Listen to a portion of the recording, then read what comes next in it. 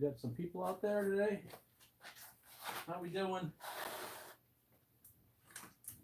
Try to bring you up to speed of what am I doing today. Gotta get back on that. Finish up the cabinet, but I'm doing a little bit of the cutting of the armature thing off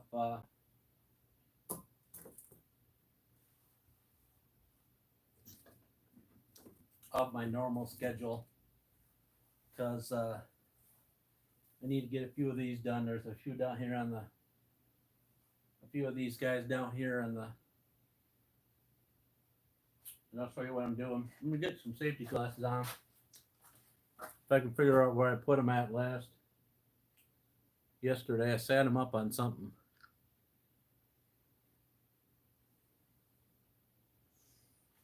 I really did. I sat them on something so I could remember where they're at, but now I'm not.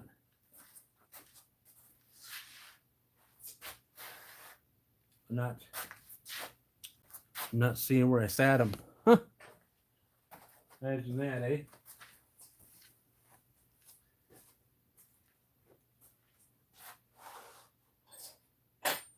Great.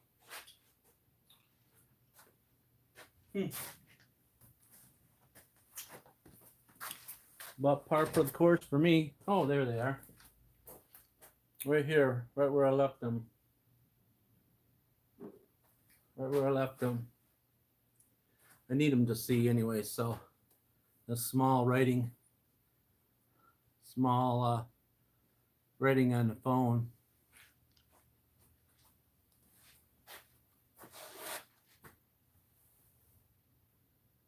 That's what my son was saying, but he wasn't sure if it was up for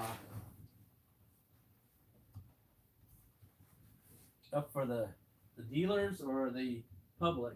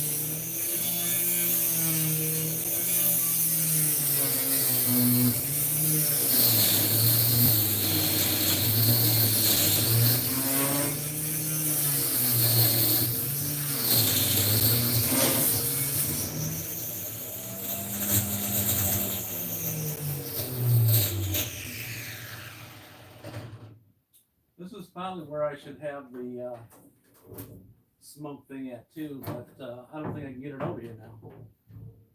Truthfully, I think I showed this to you guys already once, didn't I? Did I show you in action? Probably not. But I just got a swing light on an old sandblast cabinet, and let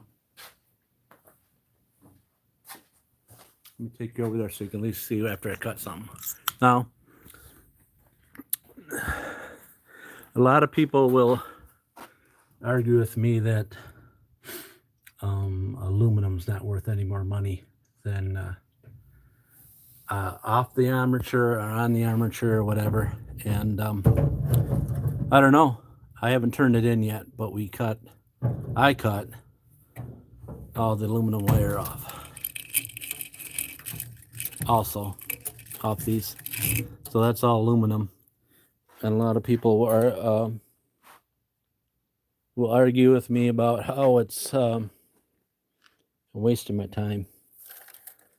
I'm wasting my time. So the aluminum's right here. And we should pick that up. Sometimes you can get some copper in there, and one of the windings can be copper. Sometimes I've noticed that on some of the older ones. These are just washing machine motors. So all that copper dust, when I keep it contained in here, see, when I keep it contained in here, I can bag it, you know what I'm saying, versus waste. And I've had a few people. I might end up having more since I'm doing it. Wow, this is really messed up now. Sorry about that. It's one of those things. Yeah, the dust and all that, but I do a little bit. I'll do this one, and then I'll stop, and I'll take a break. But I do have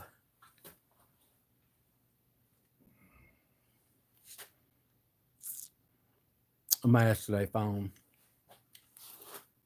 because what you call it? Called me out on it. Oh, there we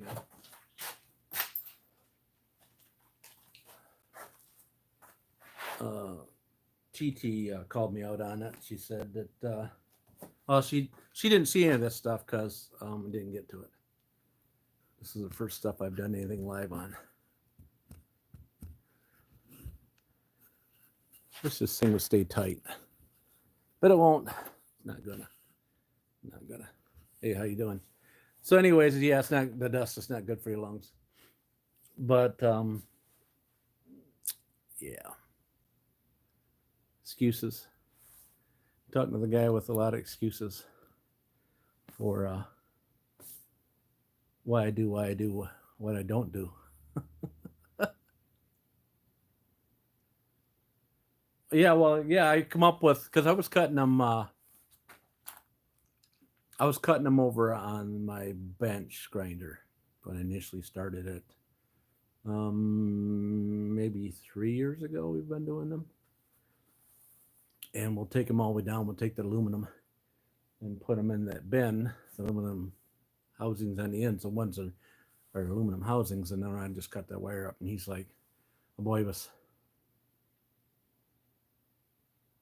yeah, it's the first time live that I've done it since I've got internet in the garage.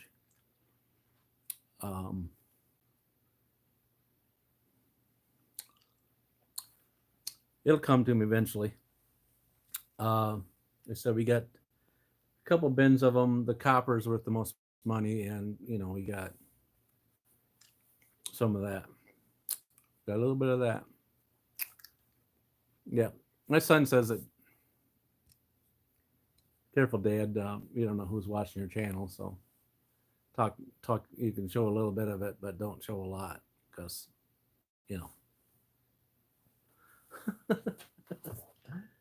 Yep. So I've been yesterday. I was down here cleaning the garage a little bit, taking some motors apart. So I did get some of that done. Dragged some of them over here. Did a few. The copper cuts really easy with the abrasive disc, and I have this other metal one that's dull, the diamond tip nonsense.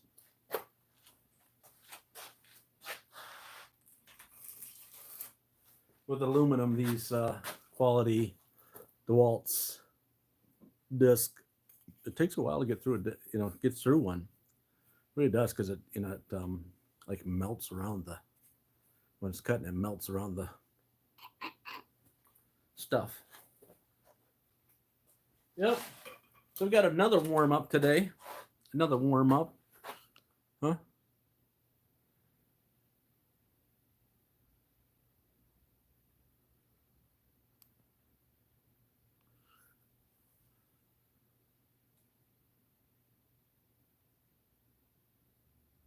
That's what I did. I mean, story when I was young, lived in a little small town and had a dump way up on a hill. And I don't know if I caught that. I don't know what's poor,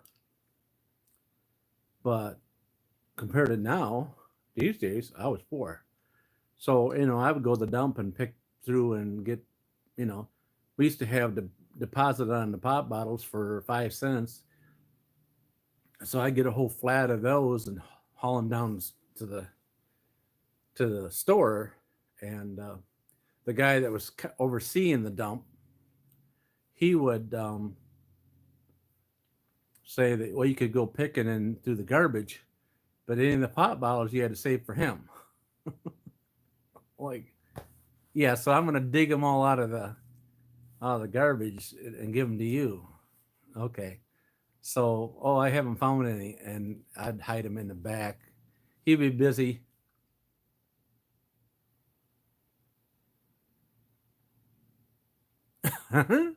And I would hide them in the back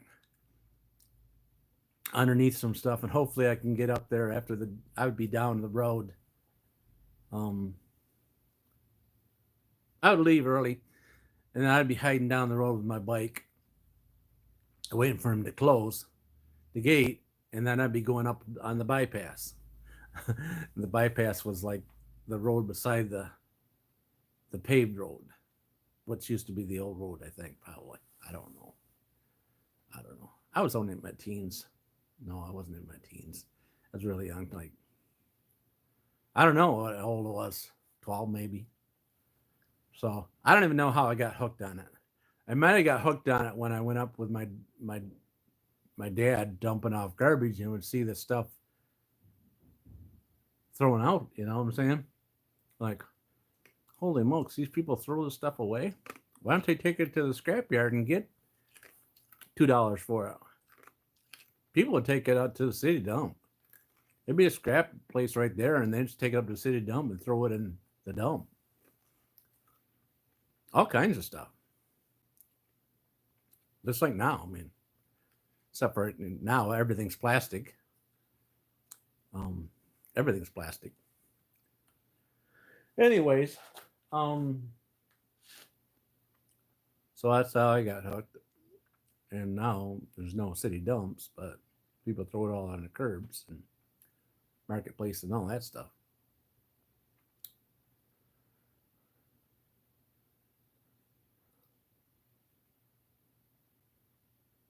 Oh yeah, there's a ton of that. Oh yeah, yep. Yeah, that's how you trick their bikes out. That's how you got the long horns for it, the long extensions that have the wheelie dealies. You'd be cutting them off another bike, and then you'd shove them up on there. But I didn't have no welder to weld them on, and actually, I don't even know anybody that had a welder to weld them the forks on. So I'd hit a bump, I'd beat them up there with a hammer, and you'd hit the bump sometimes, and you'd lose half your fork, and your bike's going sideways down the road, and yep. And I wasn't that back then. I wasn't that sophisticated to make any kind of thing they do now with bikes. But my boy picks up some bikes that I like to fix, but nobody, you can't. None of the kids ride bikes anymore. I hardly ever see anybody on the bikes. Really, I really don't see hardly anybody on a bike. All right, so I had a box. I was going to throw that in because my plastic barrels are. I don't know where they're at.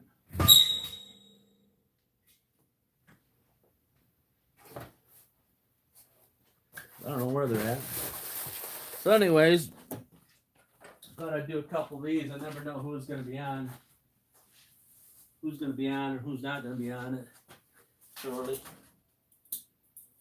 This is the one. This is the one I've used. Diamond tip. It seems to cut the best out of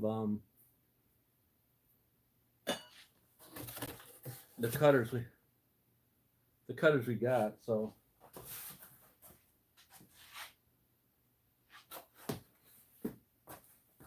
You swing your deck over this way, so unlike at least I'm you're tracking with me. Yeah, so that's what I do. I just take them out and used to have like I said, I had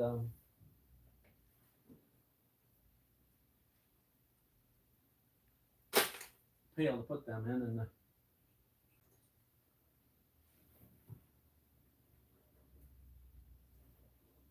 I had this tore apart because of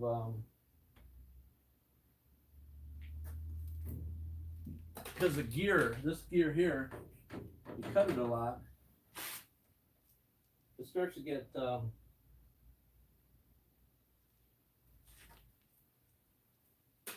starts to make noise in there.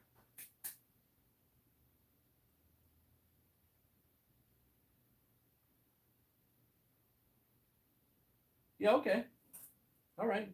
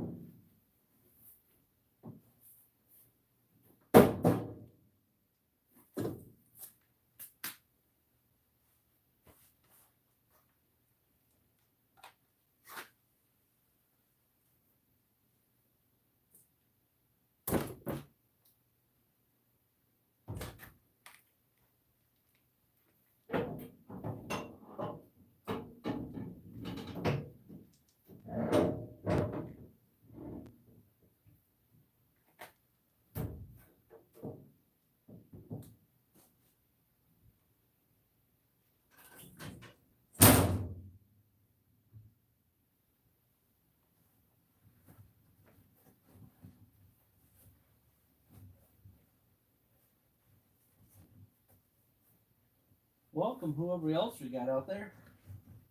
Just cutting up some more of these. Try not to cut too many of them on a given time if I'm going to try to talk at the same time.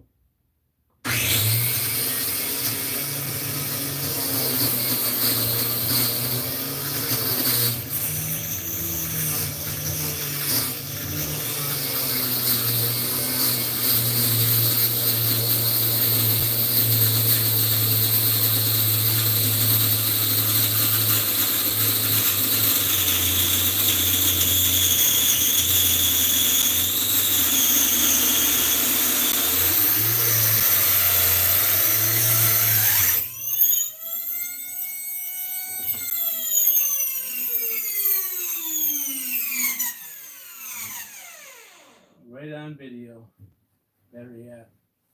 So I pulled this apart, this motor apart, to lube it up because this motor was making a ton of noise. And guess what? After all that, she's still tanked. Yeah, I don't know where it's stripped at. But she's done for the good. Alright. At least I caught it on the camera. Who knows what gear? Anyways, on these things. This is a good one though. This is a Bosch. And looks like I'm gonna have to get another one because I got a lot more of these to cut up. I don't know what's stripped. Because my gear that little thing that locks the head is not working. Maybe that's what hit.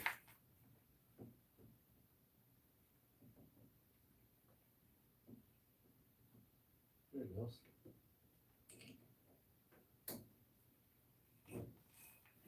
Definitely tanked whatever happened to her. She's done. Yeah. I've been looking at a marketplace for another one and used one. Because if not, I have to buy some more. New one's gonna set me back, so.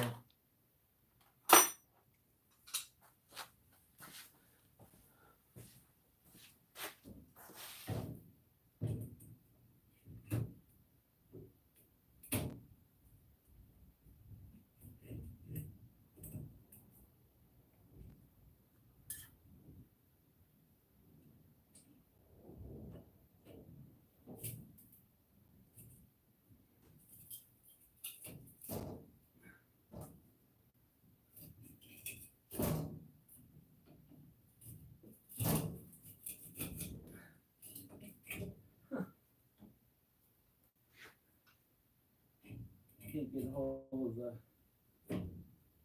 the gear. So, since the lock doesn't work.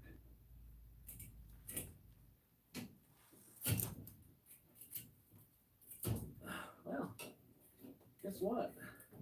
It said it's gonna come out. Yeah, I just put it in there yesterday. Just put it back together yesterday, so.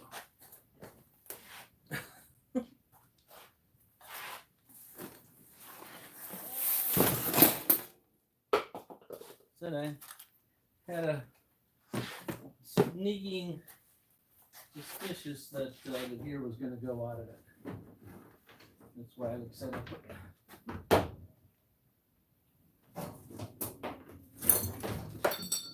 put some grease in there to see if I can make it last a bit. And nope, not a chance.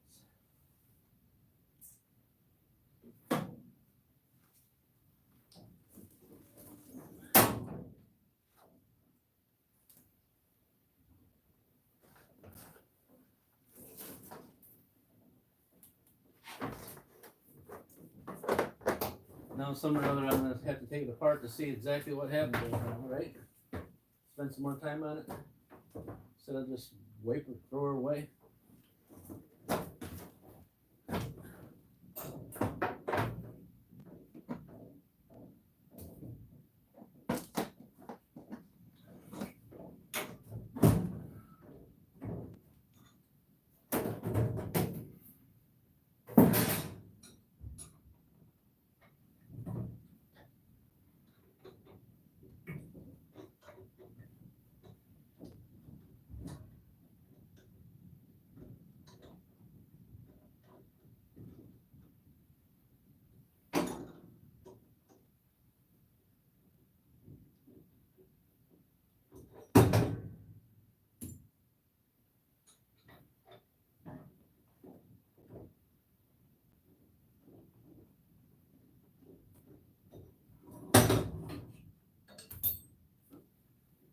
can just get another cheap one at I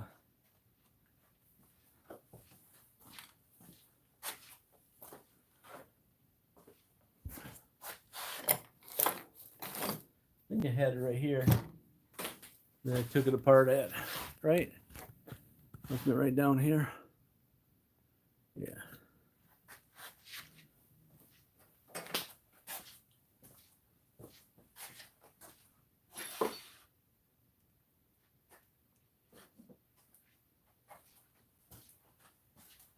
Welcome to the channel. Just doing some cutting some little motors open, and just wiped out the grinder. And it was already making noise, and I didn't think it was making that much noise, but after I now used it a tiny bit, just tanked on me. Some gear stripped in there, and I don't know, my lock that helps me lock the head is gone, which is kind of bizarre. I think it's rather bizarre that the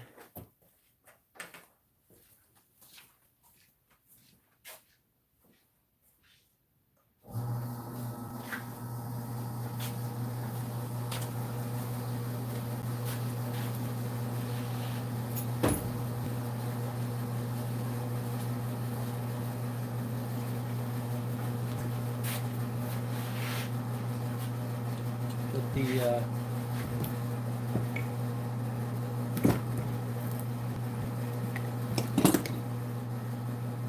wish I saved all these wrenches for these things, but it doesn't seem like I'm that sophisticated to save them all.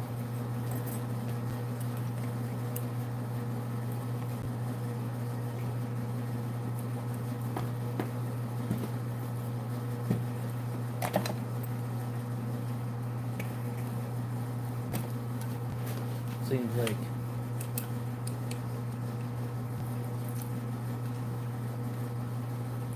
you can just clamp on that and it just still spins.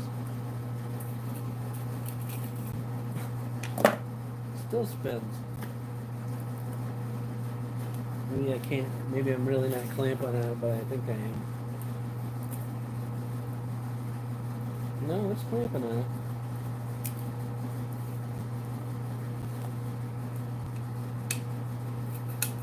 Yep. Nope.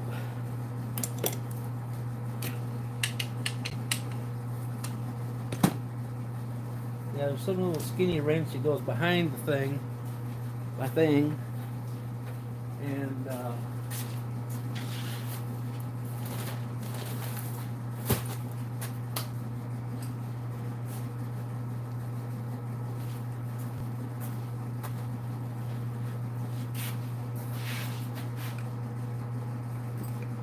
yeah.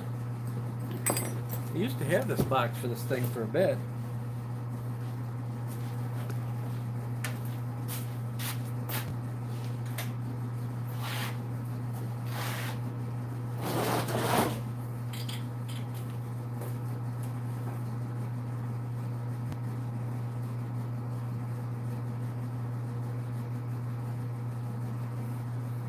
No, I can see it now.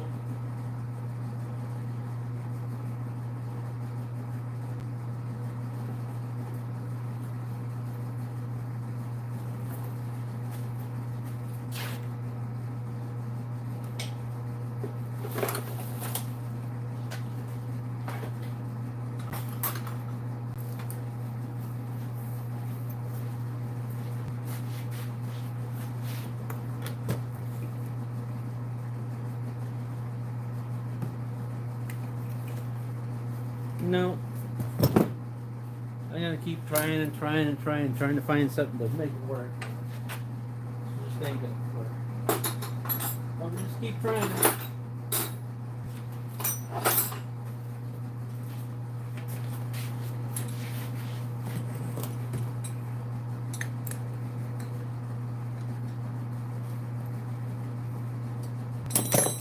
Needs a skinny wrench in there.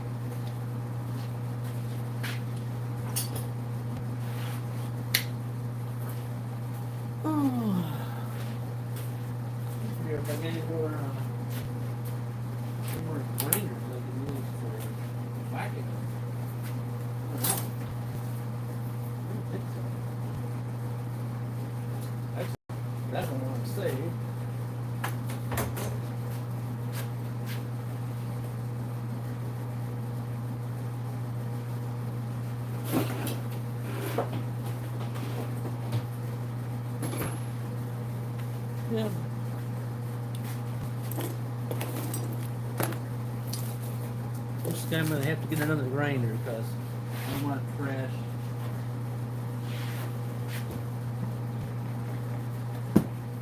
Here it in there. Looks like it kind of slipped apart right here in the beginning.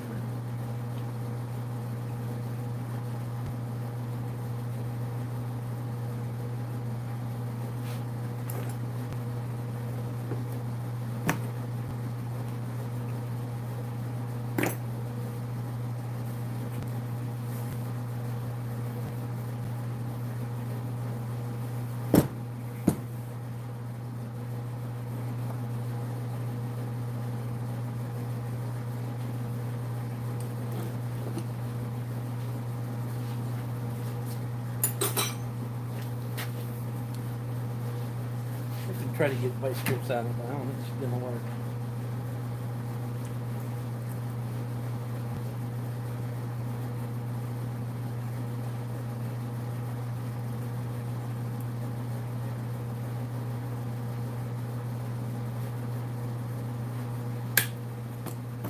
Not enough to keep it from spinning again. That's right.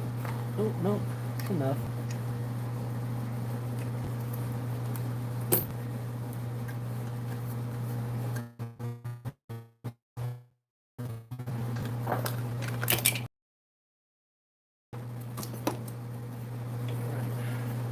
These heads are all the same. Most of these parts you can use over and over again on the next one, in case you didn't know that.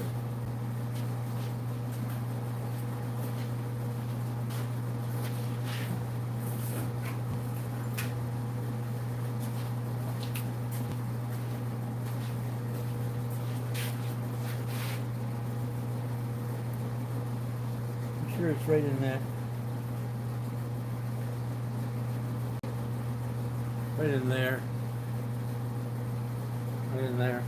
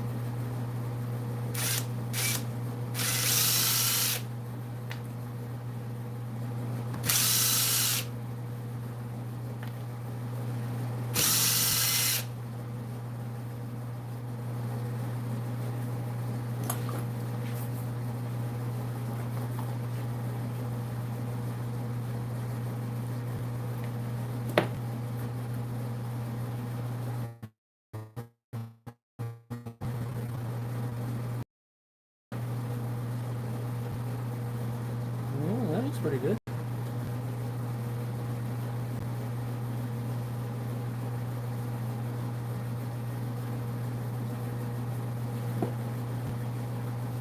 You can still see the grease I put in there.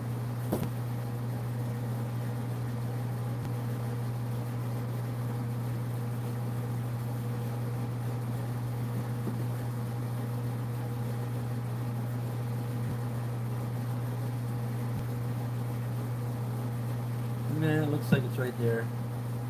It's right exactly where. That's why I wanted to put grease in there, because I figured it was disintegrating right there.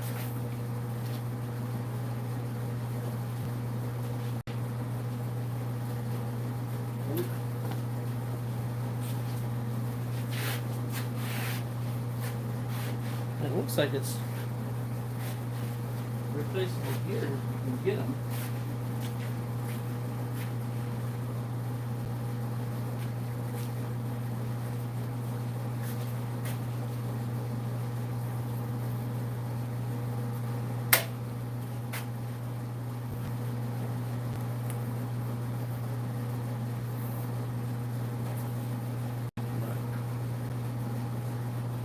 So if you want to spend that kind of money, let's see.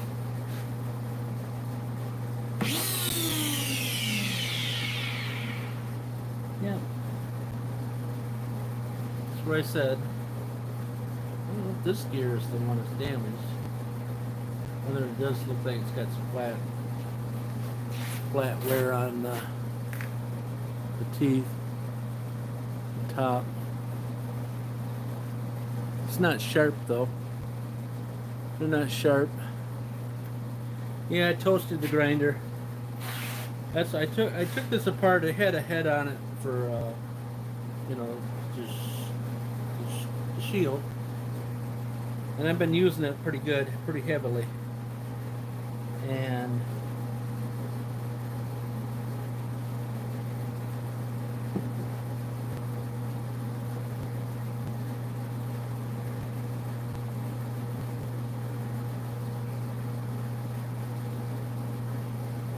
pretty heavily I've been using it, so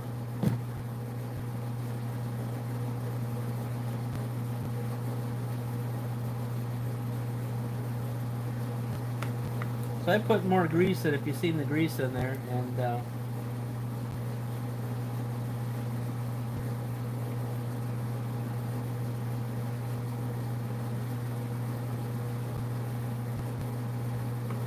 even the lock, I couldn't even get the lock to come around.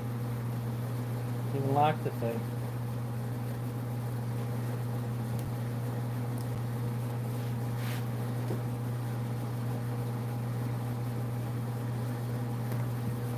Anyways, another boss that bites the dust. Another boss bites the dust. That's the way I bought this one, because you can kind of abuse them a little bit, and a lot. See, there's no metal shavings in it though.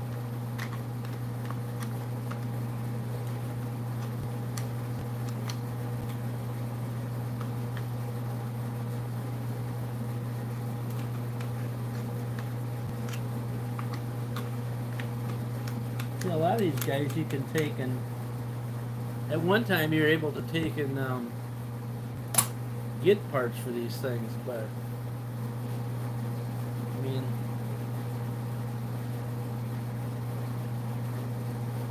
the label all came off and everything. Yep. Need another one.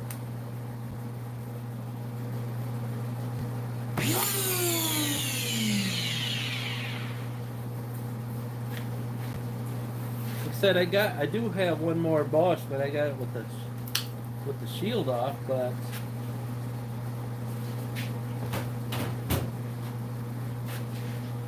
that's my other one I use for cutting steel. I have this one, looks identical, don't it? Except for it's got the sidewinder on it. And this one's not that old. That's a GW S8 45. Yeah, this one's not that old. I don't want to trash this one.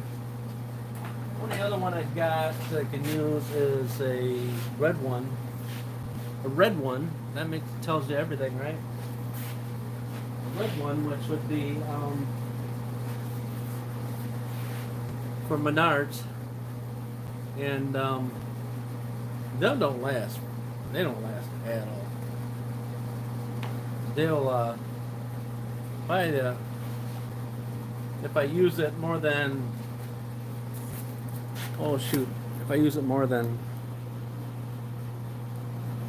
45 minutes straight, she'll do a molecular meltdown. I think I had a Makita.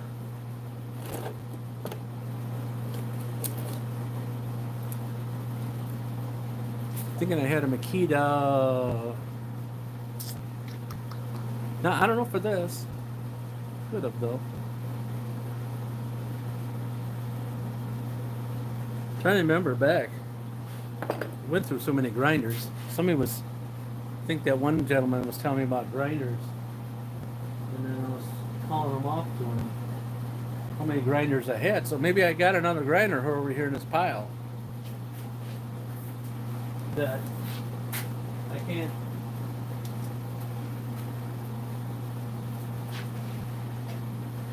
I can't get to.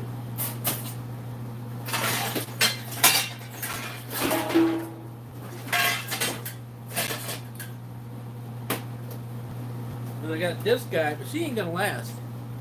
This one won't last. This guy. This is for tool shop, and I just use this guy for cleaning wire rims and such to get the crap off. And he won't take it. He won't take it at all.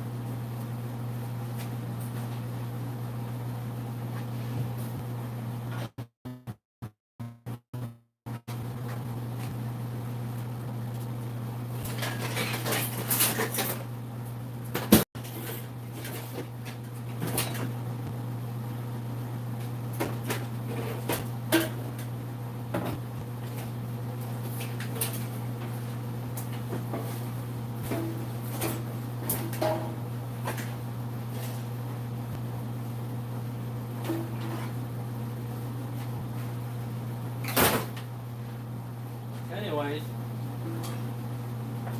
another nice one. Someone got caught and the cord got caught in there and now can't get it out.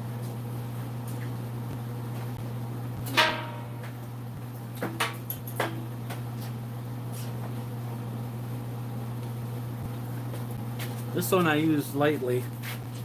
He's going to last a long time. And he's not too old.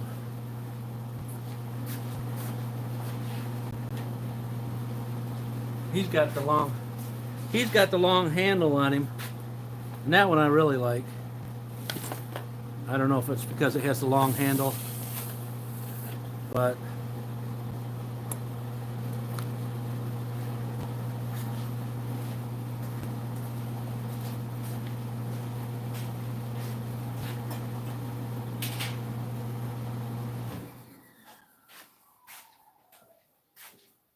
the other thing I get to do is put some coat of paint on this cabinet. They get some brushes for that.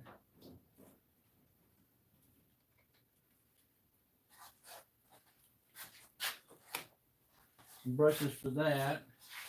Got some more screws for it.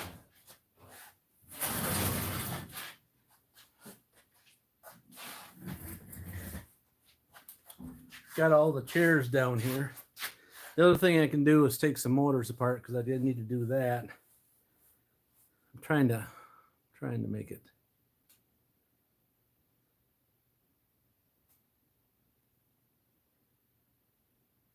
Yeah, I don't know, my son said that he picked that up. He picked that up from I don't even know how I got it. I really can't remember the story. He picked it up from somebody, and it didn't work or something.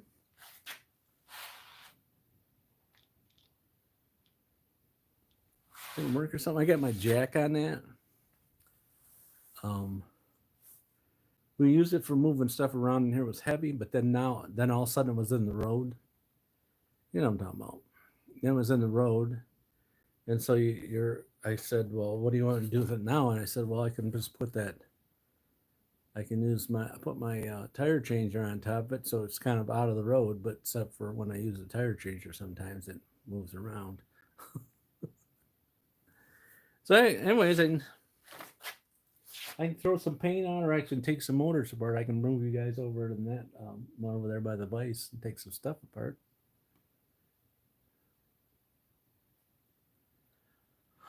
Because I need to thin out some of these boxes of stuff that I constantly walk around.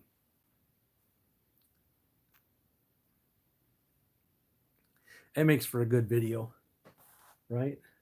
Right? Huh?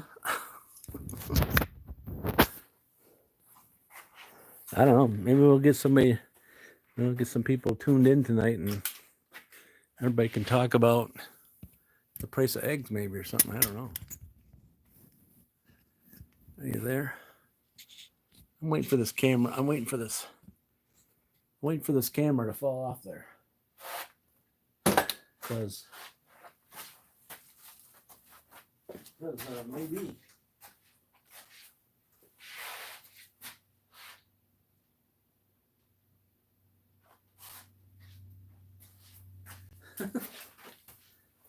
Anyways, I'll bring my phone over. So anyways, we just take these guys apart. These are part of the motors. I wish I had a slip vise, because after a while you get tired of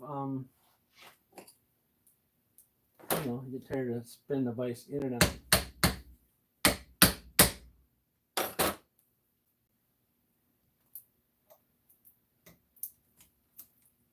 So I just pull all this junk out here, and it goes in the bucket there.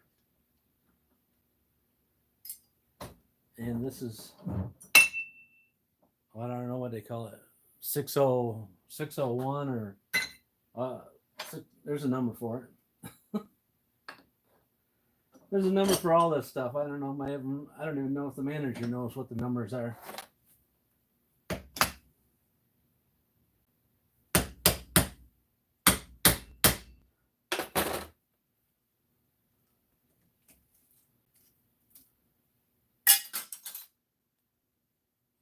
Yeah. If you need a wick for your candle or any kind of thing, these are the best place to get wicks. They're really nice wicks. If you're into wicks. Lots of wicks in here. In these things. But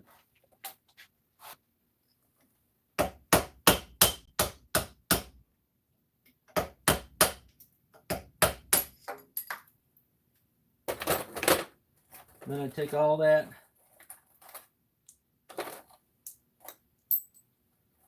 and then on the motors, that's got that centrifugal clutch thing. That's all money too. Then I just take this and put it in the barrel.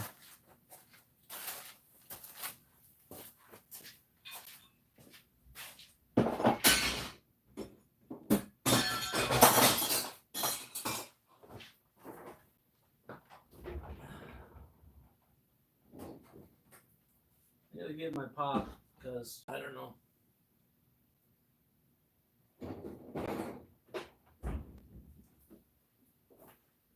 In case I get on a talking spree here. All right, so I just grab another one, as we seem to have a couple of those.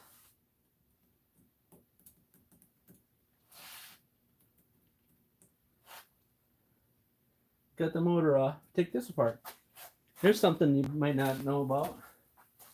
Hang on.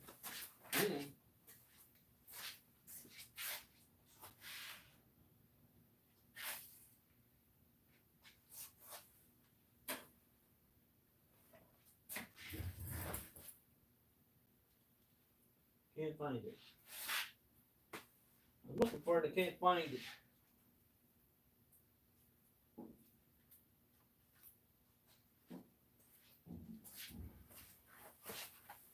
Yo, it's kind of windy over your house. So it seems like it's going to blow away out here for the day. So these are Torx here. Mainly 20s.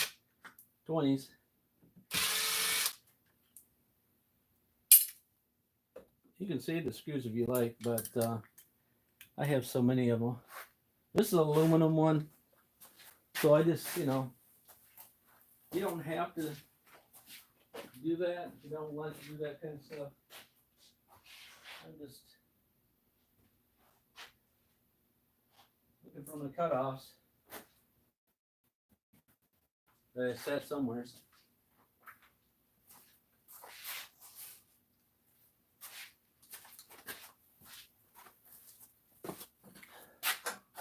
So this is copper wire too. but it's not that great a copper wire. It's got a shiny coating to it. So inside this guy, I save all these connectors because it's all copper. All these connections in here, they're all copper. I had a bin for them. Sometimes I just lay them on the bench here, and sometimes they end up on the bottom of the floor, but sake for the video, I don't have a container to put it in.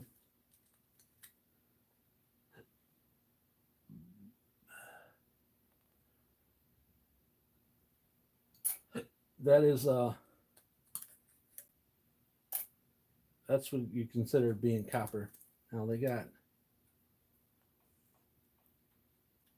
with these little points here on the end, little tab.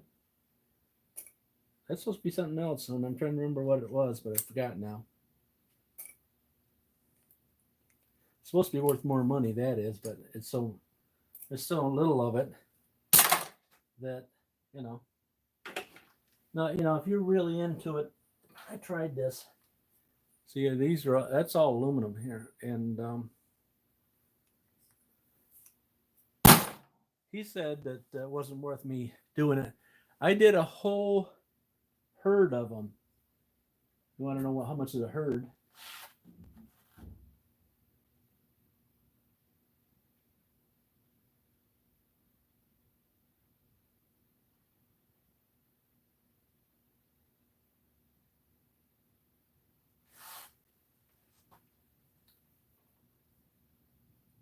I'm trying to read what you said something about.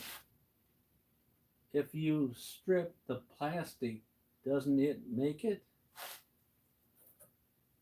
If I strip the plastic.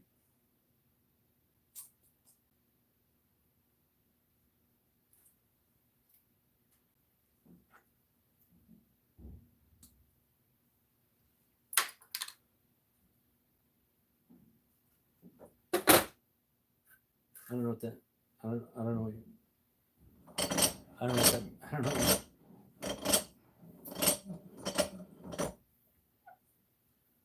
These things are aluminum too, right here. Every once in a while, I'll forget. But most of them are steel,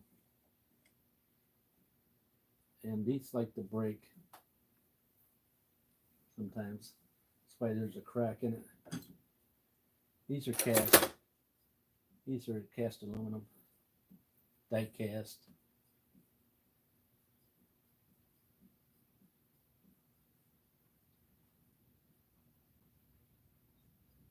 Yep, that's number 2 wire. Yep, that's number 2. It has that shiny coating on it.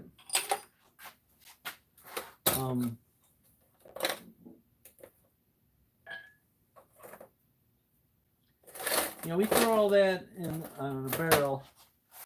We got a barrel underneath this bench. That whole bench is made out of barrels.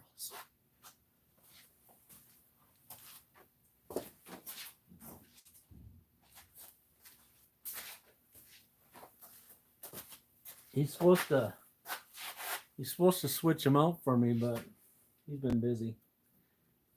That's what he says. I've been busy. I've been busy. I'm like, okay.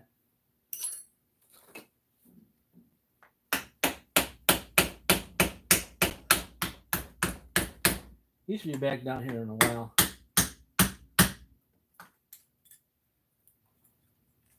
So I just take that tin out of there, that rubber piece off there. That's just scrawl.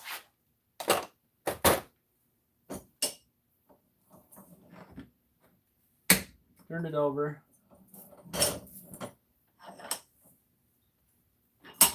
Like most people they don't even do any of this. They really don't. They say that it's their time's worth money. their time's worth money, and then what they do. What they do with that time that's worth money?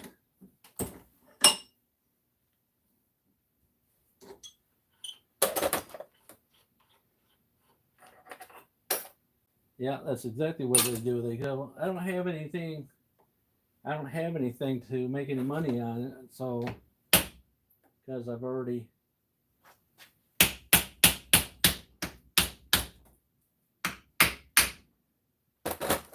turned it in for the most money I could at the time. And you're saying like, hey, so this is just for fun. This is for fun. If I had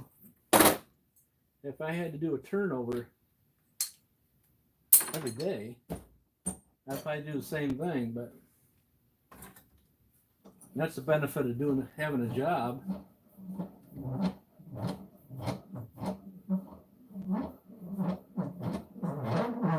It was? You gotta remember you're turned around. So I got you on the on the other side. You know what I'm saying?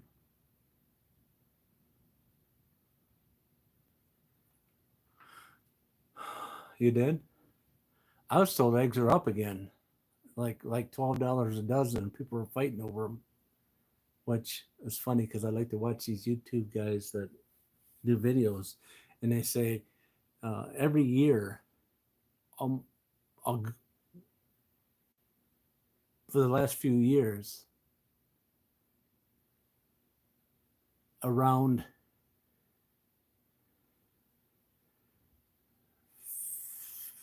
January, February, March, just before Easter, the price of eggs go up. I wonder why. Because there's a shortage on eggs. Because it's the eggs, they call up the flu, and maybe there is some going around because everybody's got the flu sometime of the year, you know.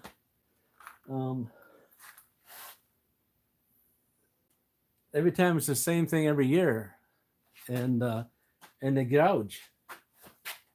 People are gouging like mad with about everything now. You're like, holy moly, are they gouging? And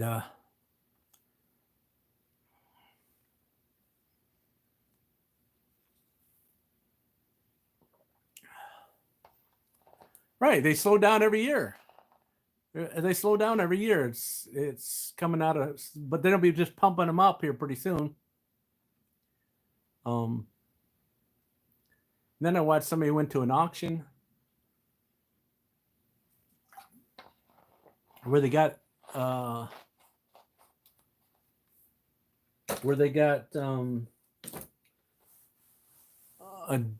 7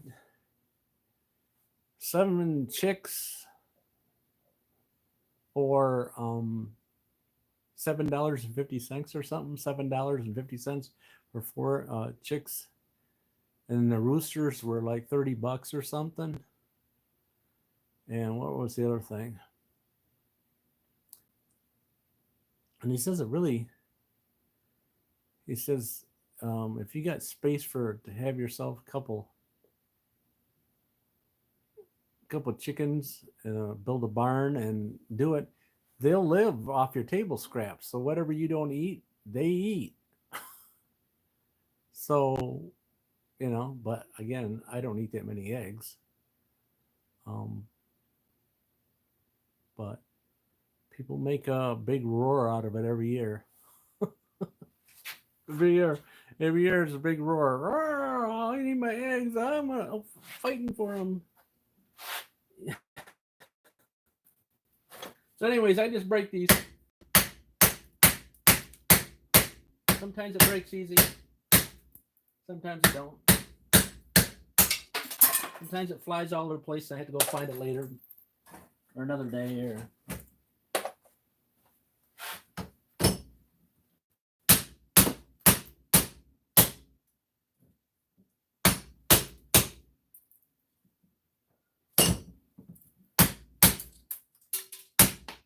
it's best to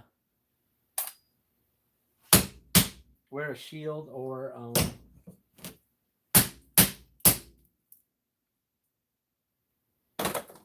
at least safety glasses like I got on.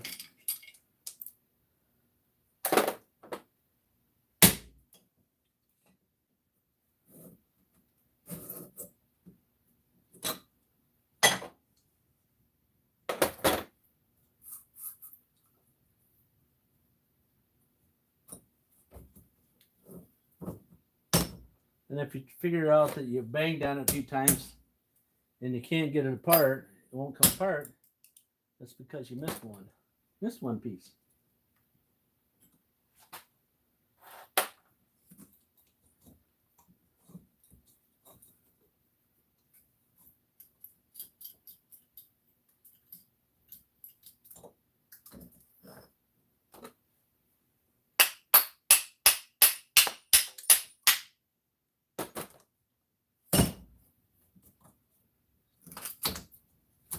This guy comes off pretty easy if you can't get it off that way.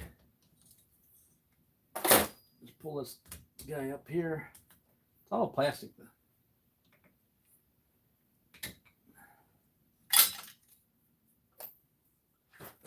Then I just crack beside the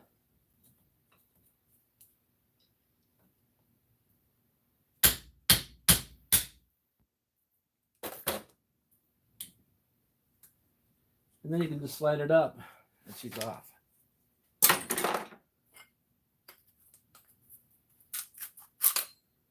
There's the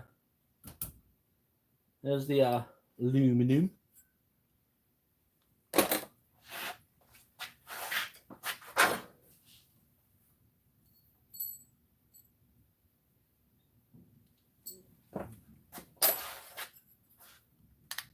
Once in a while, I get one of these guys that won't come out. Looks like the one.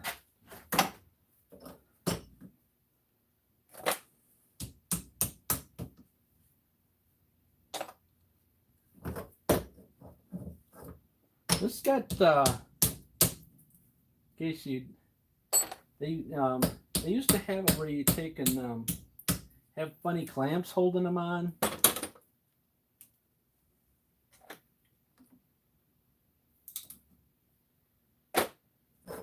Instead, right now, see the gray stuff on there? Right there. Right there. But you can't guess what that is. Can you?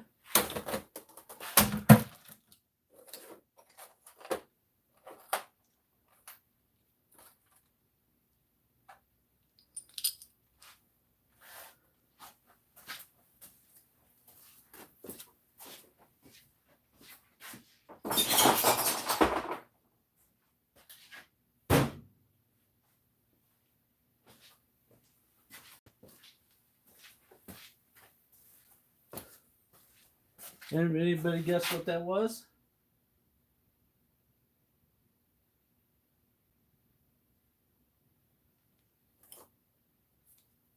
Nobody guessed what that was, huh? The gray stuff.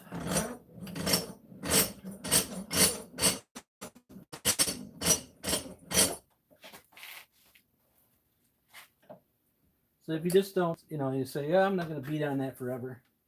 You can just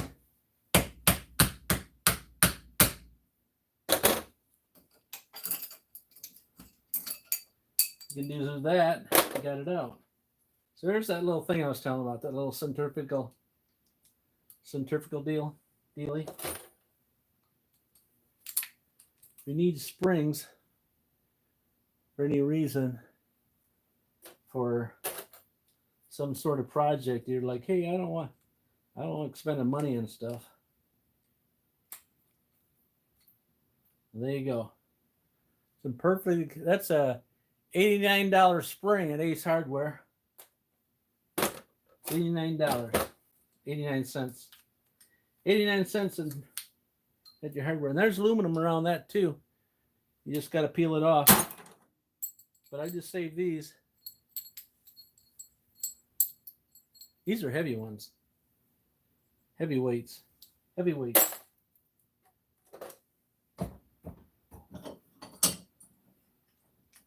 This has got a bunch of poop in it.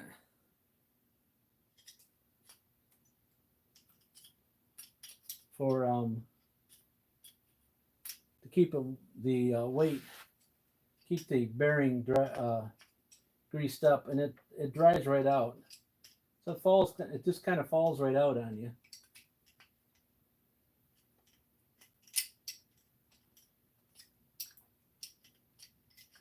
I mean, if you're into making your own parts and stuff, let's say you want to be a caster and cast your own parts to make a project, and you don't want to spend the money on, or you can't make it. Better yet, you can't get that part anymore, and you want to cast one.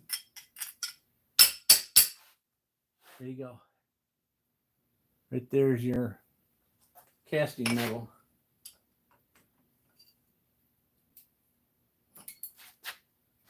Clean it up pretty good so when you dump it in the hot tank, molting tank, it is all gone. Or better yet, most of that stuff all floats to the top, what I've seen. I have not done it. I initially started building a stove for melting, a smelting deal, and it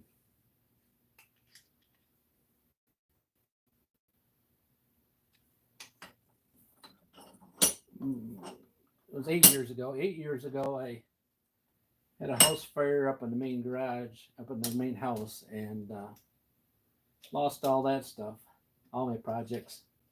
They're still on. You can go way back. You can go way back and find them. They're still up there.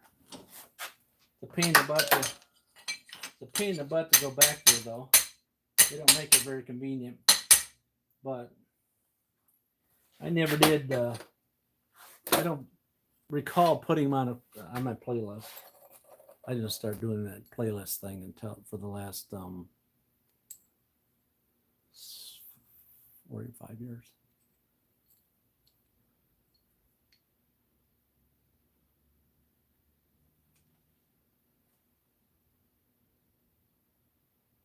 Yeah, you can use that wire for a project too. Yeah, you got to be careful taking it out because it has that fine coating of like whatever that coating is. There's a name for it. It's like fingernail polish kind of stuff on it.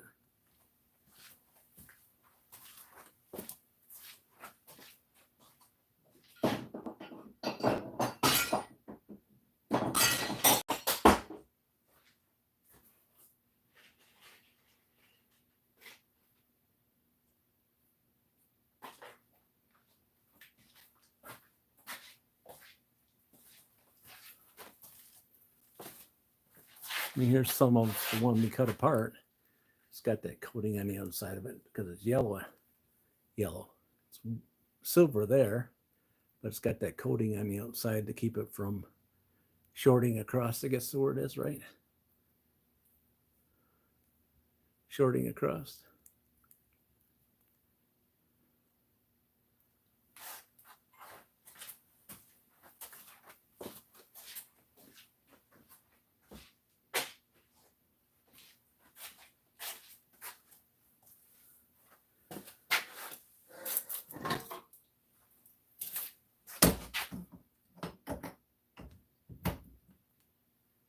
This one's got a big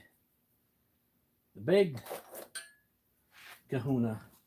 This one's probably all copper. This is out of an old unit, I think. I lost track of most of this, what these come out of. These are last year's stuff. But all the points are like underneath there.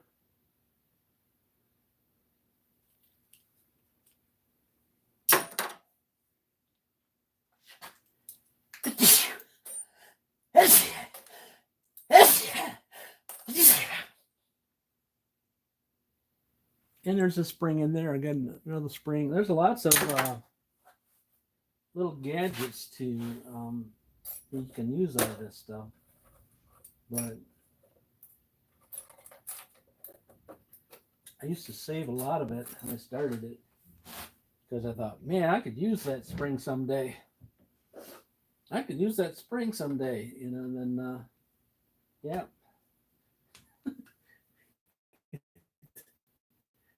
it you'll just wait until summer comes. You'll see sneezing out of blue. Um, it's warm outside, and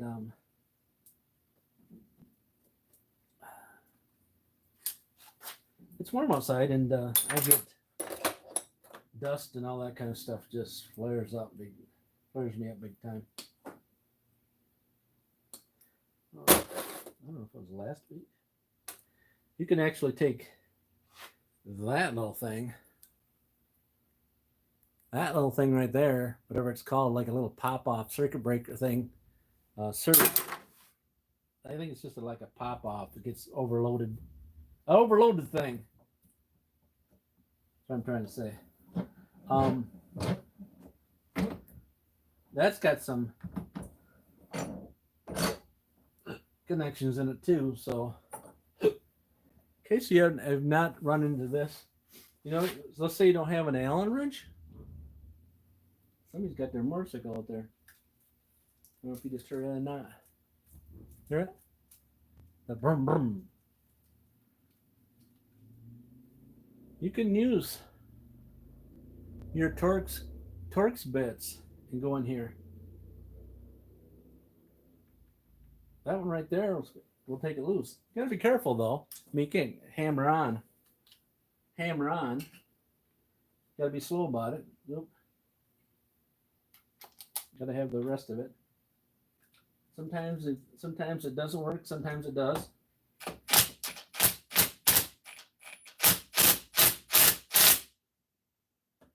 This time it's not gonna.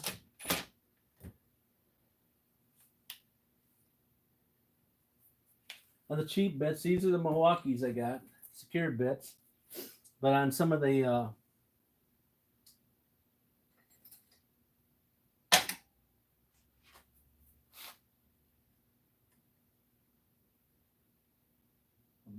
bolt. You stuck a bolt head in there? That small?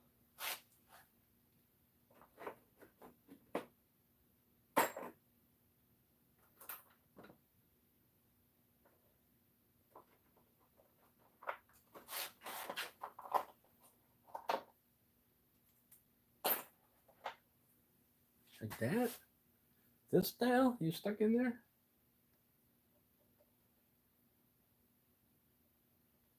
A small bolt, huh? Yeah, I've not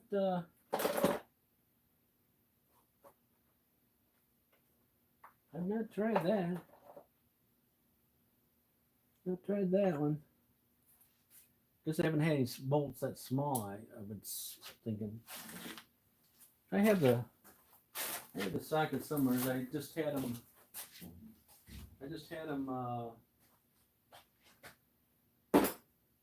Not too long ago. There.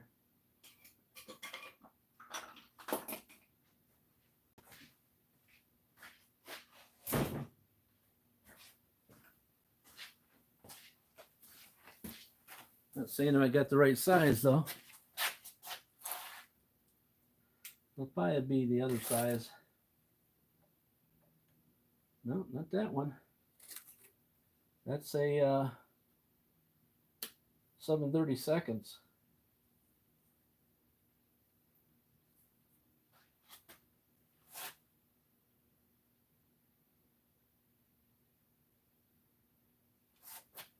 $7/32.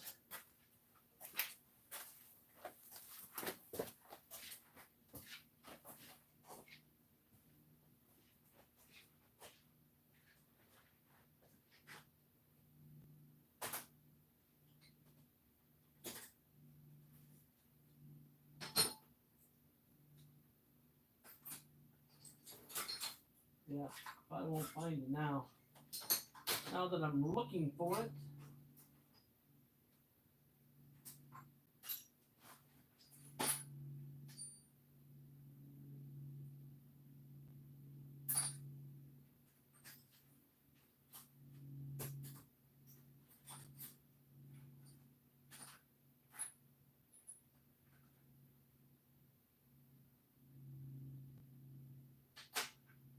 Yeah.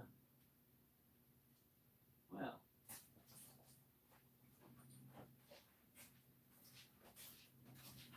We look over here again.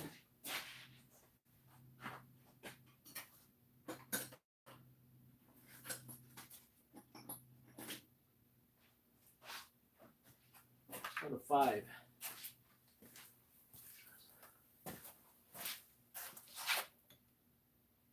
All right, so that's a 5, and 5 doesn't fit.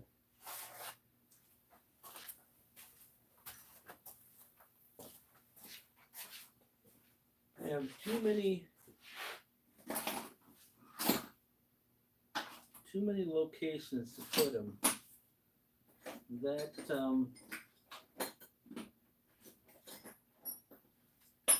seems to be the issue sometimes.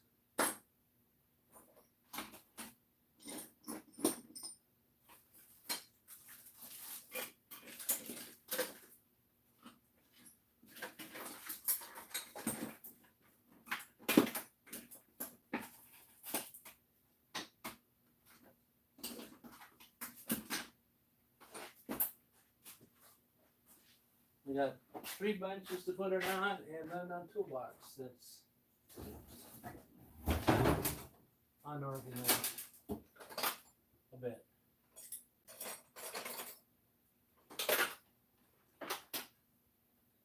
With some bits in it.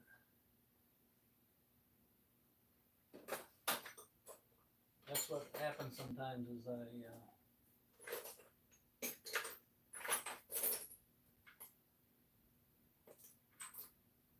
run into that. I've done that before. 6.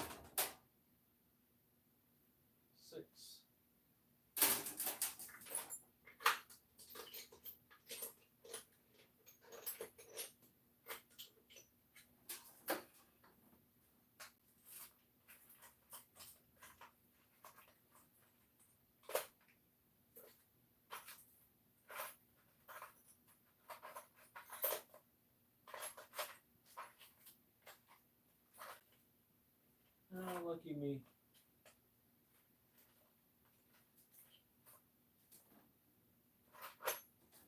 May have to just skip on by that one. Or half take it apart. Instead I got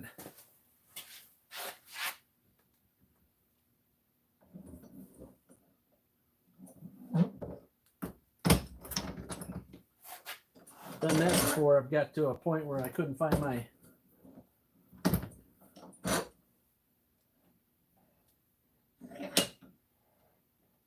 because I do have a little Allen wrench thing here somewhere, but I don't think it goes high enough.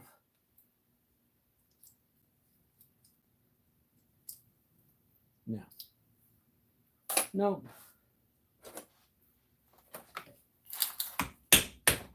We've been stalled before, haven't we, guys?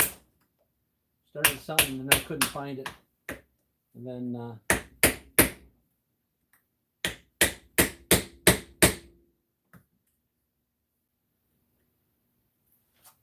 I've been trying to find one on a halfway decent toolbox that's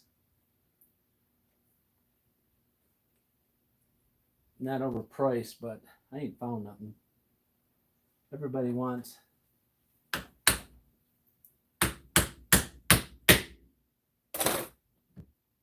maybe I get rid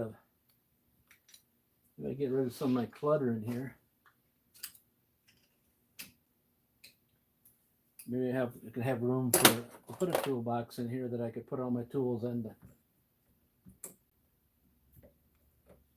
Huh? That's a possibility.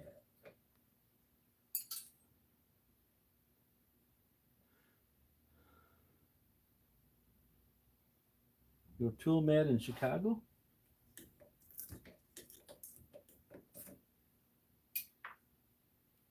How's that?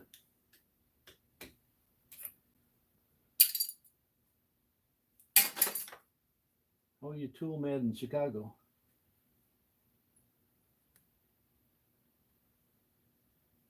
These dryer ones get a ton of nastiness all over them.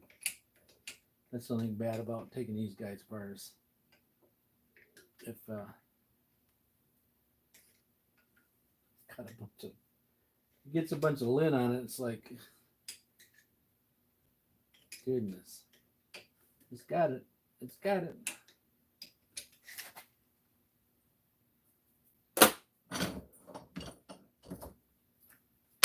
It'd be nice if someone would just like give me that doggone. It's got to be here, guys. It's got to be here.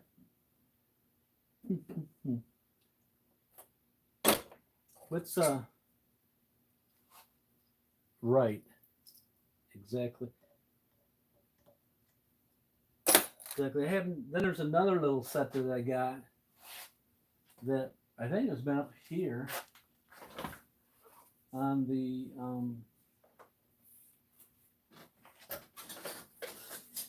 bench because I remember seeing it. But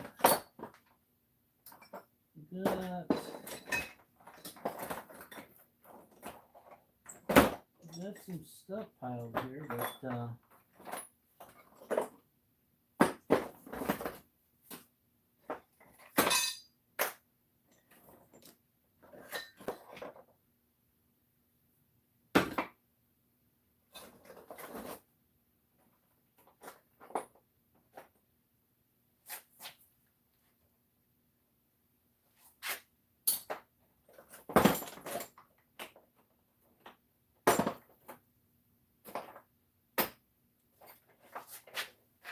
see, this guy is 1/8 and somebody's twisted her.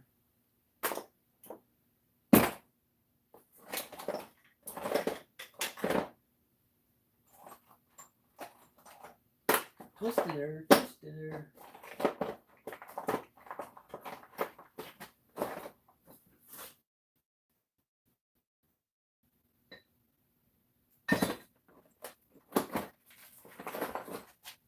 Well, I want to say that it was all me doing all that, but something else sometimes gets in here. I cleaned up this whole area here like a month ago because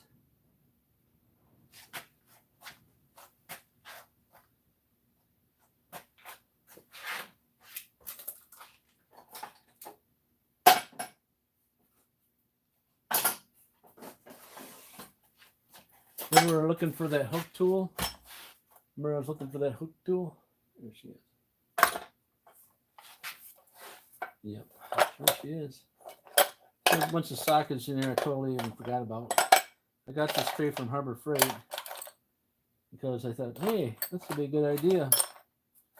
You put some of these tools in that you constantly lose, you can't find. Guess what? Then I forgot about looking at here.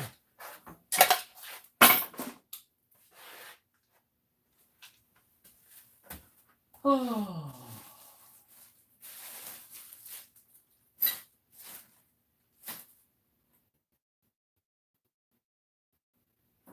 Yep.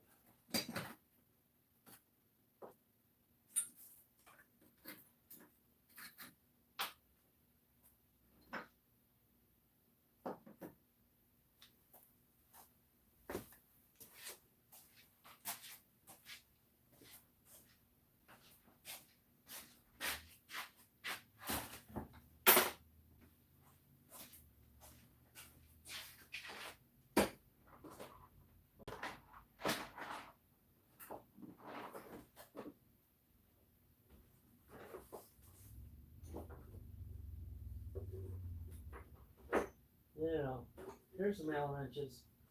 I found some Allen wrenches.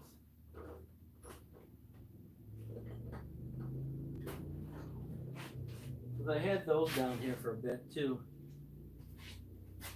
I threw Allen wrenches in a box. I threw them in the box, and just for this occasion, too small.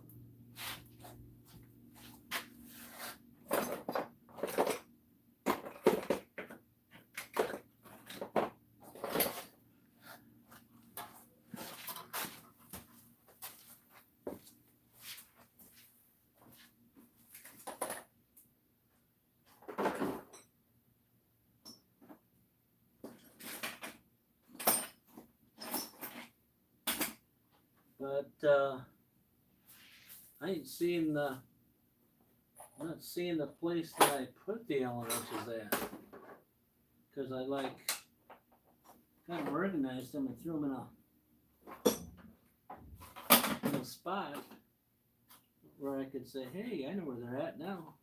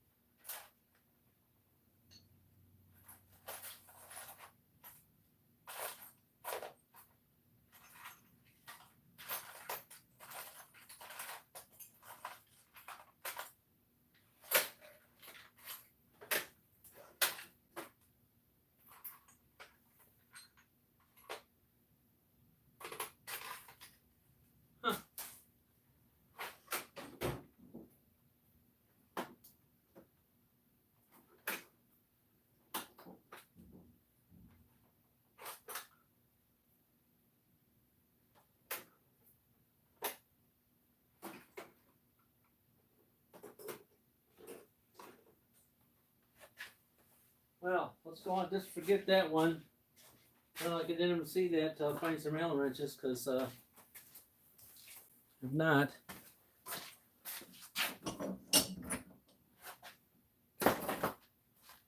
well, I'll be just waiting on me to do the next one, right? That was an oddball, obviously, because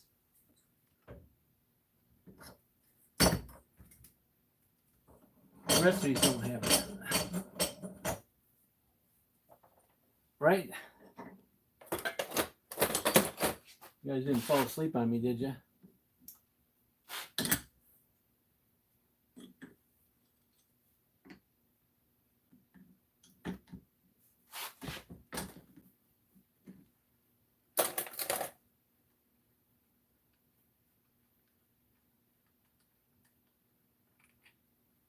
Oh, you do? That's nice. I could only dream of being organized. I don't know if I ever told you that or not. Before I moved in the garage, I said, boy, we got a lot of room in here. I said, oh no. And then we started moving stuff in so I could work on it. And then that's where we're at today. Everything's inside.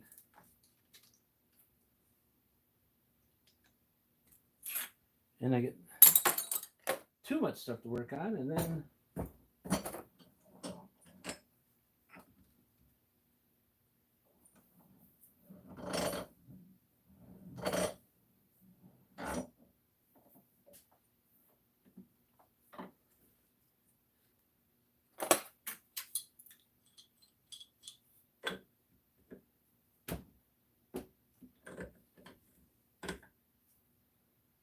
this one's, I don't know if this one's aluminum or not.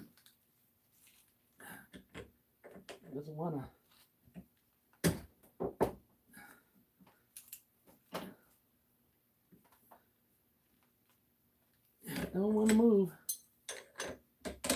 Can't remember what side the other ones were moved at.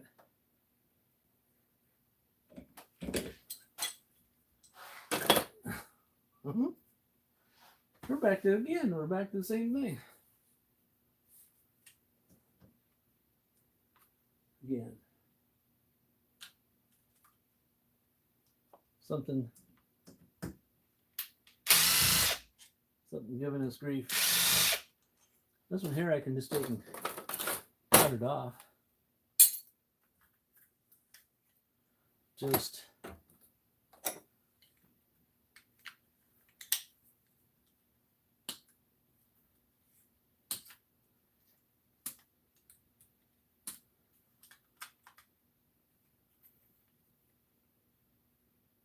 one guy takes and saves. He takes and saves all these connectors. He says he saves all the connectors and he's got them in jars. And he's going to melt all the copper out of the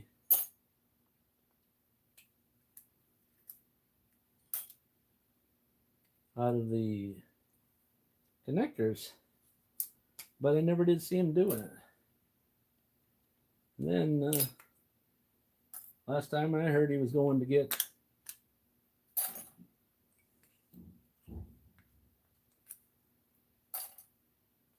I don't know, treatment for something or other, and it sounded like to me he already had some illness. So I'm thinking like, holy moly, dude. Holy moly. I probably wouldn't be standing around something melting.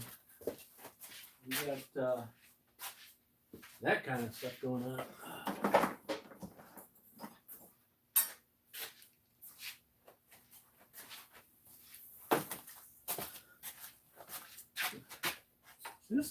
This thing still works. And I could have just done that on that other thing, right?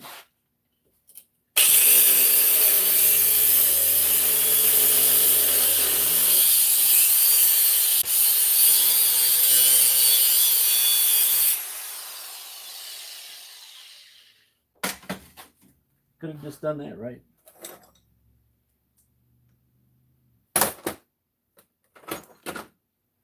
Here. See? That's how you get rid of that. Instead of trying to look around and try to find a wrench. Cut them off.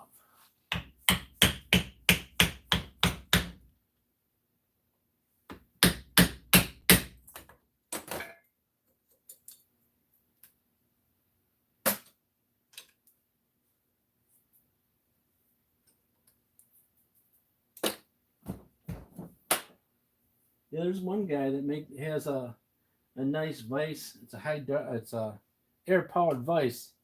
He just pushes a button and it goes open and close. He doesn't have to go. He doesn't have to go every time he wants to do it. And then I say to myself, boy, that would be nice. That would be nice. And then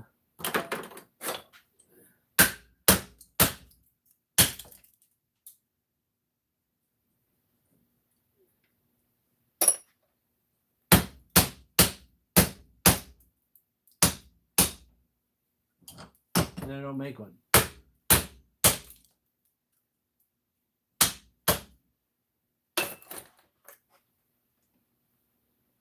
Have you seen one of those before?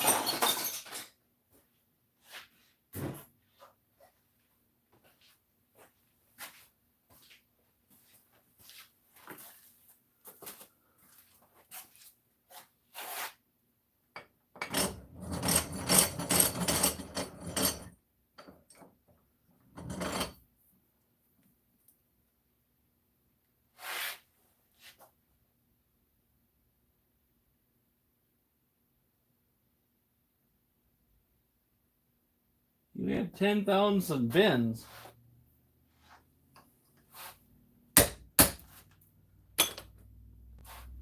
Well, you got GPS on all the bins, so you can figure out which bin you got whatever stuff in.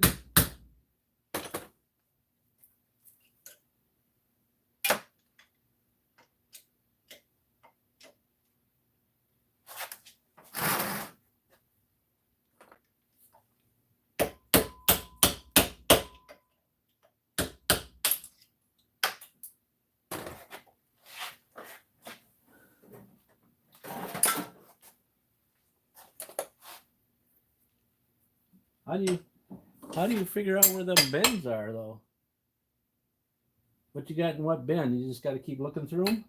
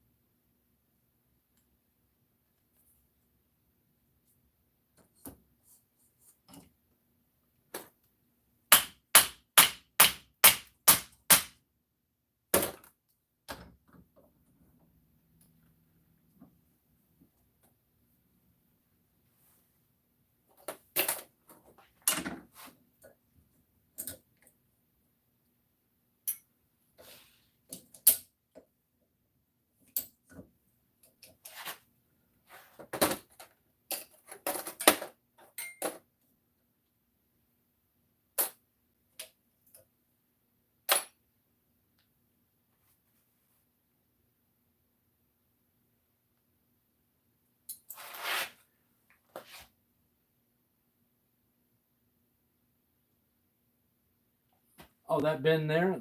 Yeah, that's just Harbor Freight's junk that I picked up. Because what happens, I have to work on his truck, and then the and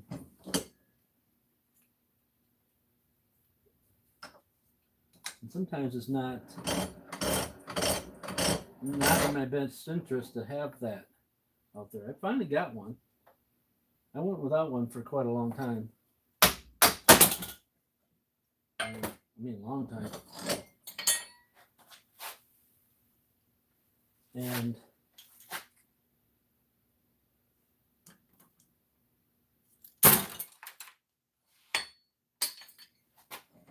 then I just was in there, and I had $10, an extra $10 in my pocket. So I was like, I better get one of these while I'm right here, because it's calling out to me that I might need it. And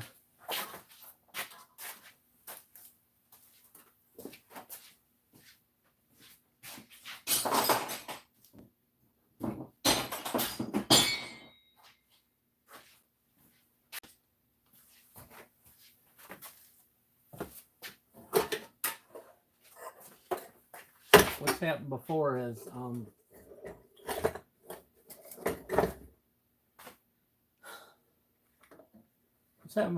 I've been like a day later or something or other, I'm doing something, and you don't even know you need it until you see it.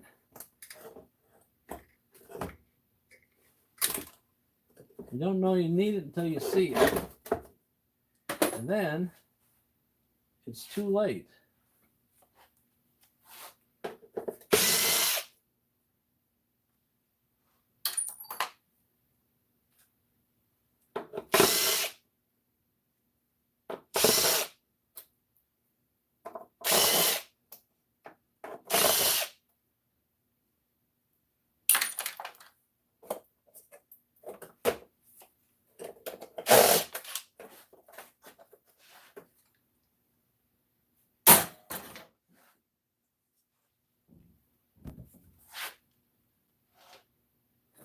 Then you know what happens.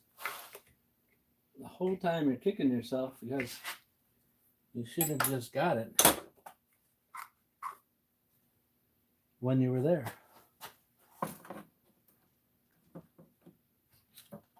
You see, that happens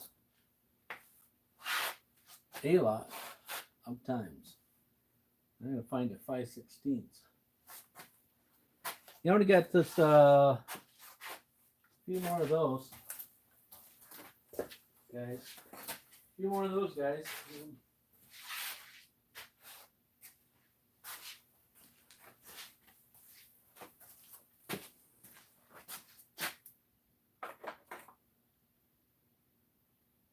7.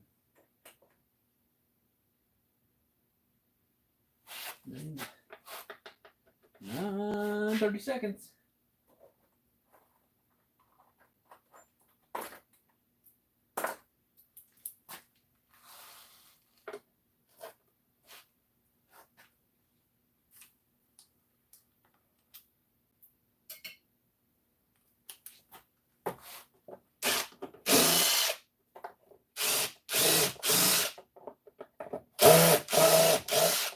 Anybody know why I got a Chinesium?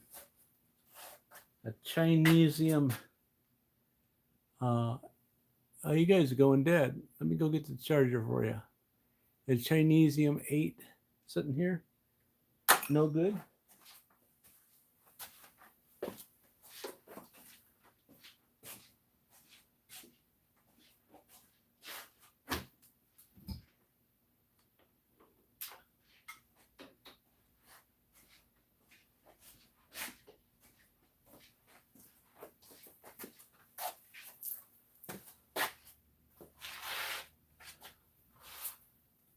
I think you guys are going dead. Look kind of peaking. Let's see. Oh yeah. And 9 cents left. 9 cents left on you guys. Were you kind of starting to get dim? Did it look kind of dim on you? Yeah, I left that up on. I turned it off and left it up on the over yonder on that one. I should name these 1, 2, 3, and 4, but I think you guys know by now.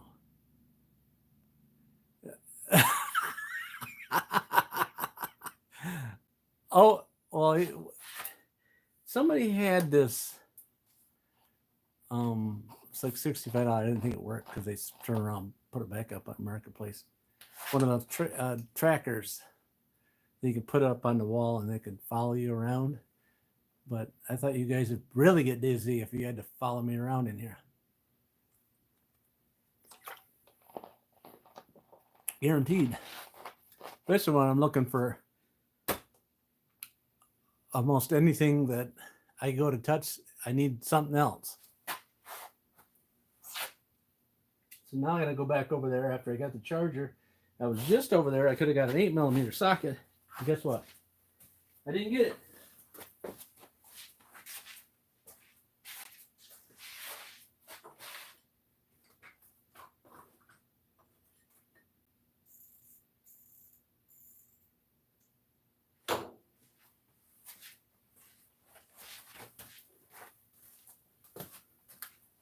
I think the manager will buy a new grinder.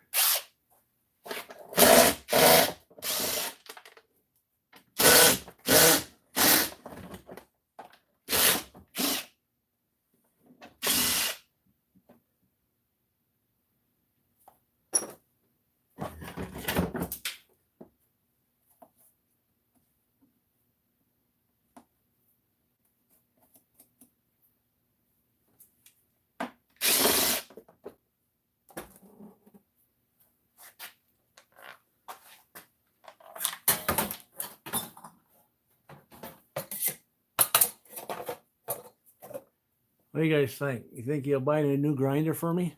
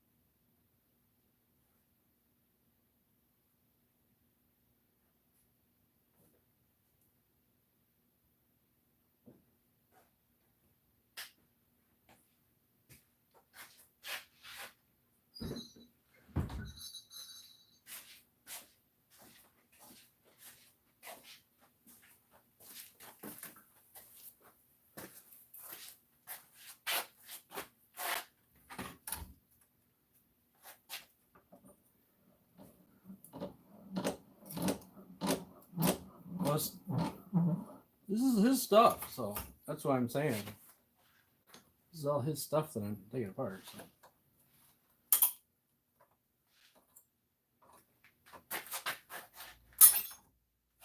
Harbor Freight, I don't know if I got a grinder from Harbor Freight.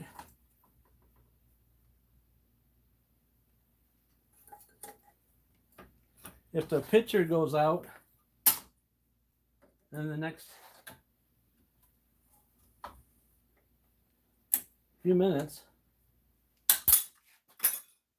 that'll be him coming down the hill. This one here is all copper. All copper.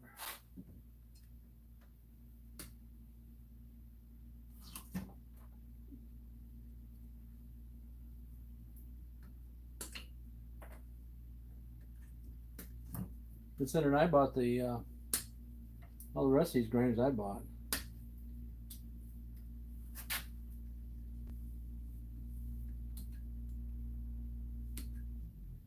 Uh-oh, here he comes.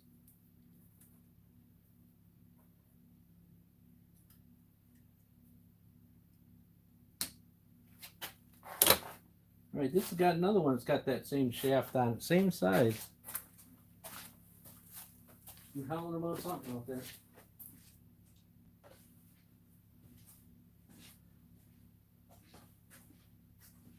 Maybe he's got some Allen wrenches.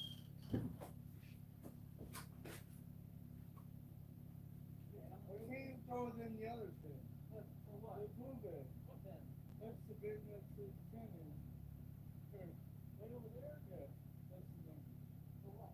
The truck. I don't know. Is it good or bad? Oh. All the cylinders? Wow. Huh.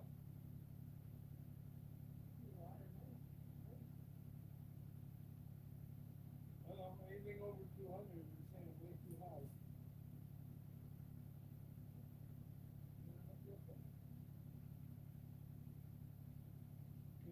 One guy's saying he's got 280 at expression cylinder. And one guy's like, holy shit, you got something wrong with the cam or something that's pushing way too much expression on one cylinder.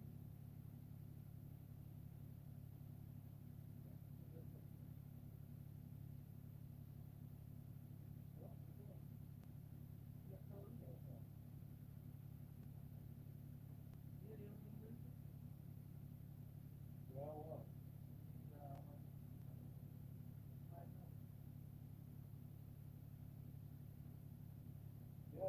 Yeah, that's right.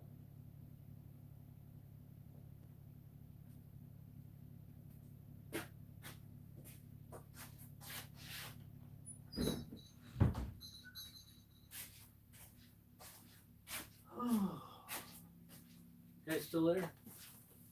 Well, he's just telling me about his Dodge truck. He's telling me about his Dodge truck. Guess you didn't hear any of that conversation yet. We put a Jasper engine in a Dodge truck last summer.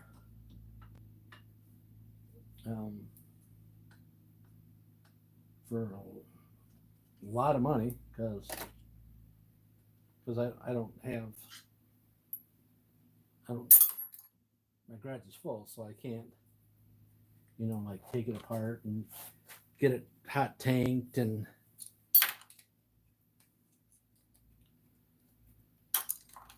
I'm not saying I'm a machinist, because I would just have to take it to a guy that does the machining anyway. So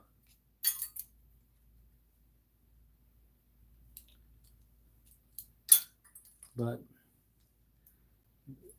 after the fact, we found out that Jasper engines, which is supposed to be the best engine ever, during COVID, supposed to took some shortcuts on their engine quality, and he seems to think that he got one of them engines that was half put together right. So it's all the Chrysler engines all make a ticking noise when you start them up.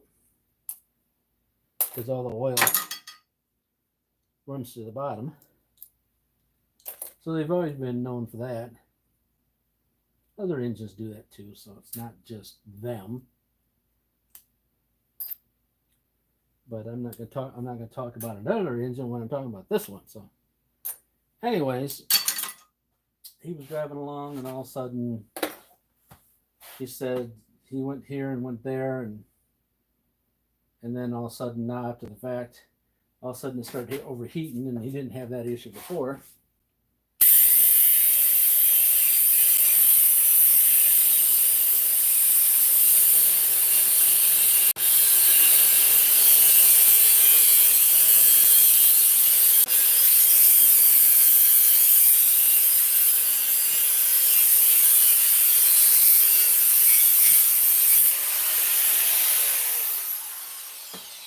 And so now it's overheating, and he's still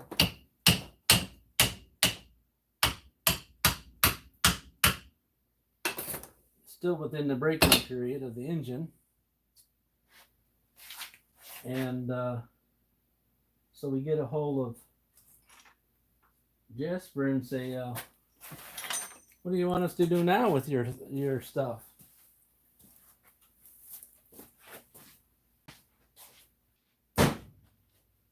They're saying, well,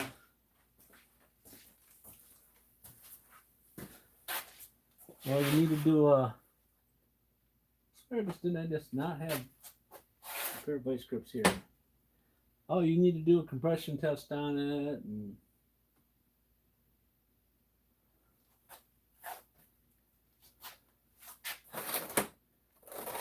so first thing we did was verify that it's blowing coolant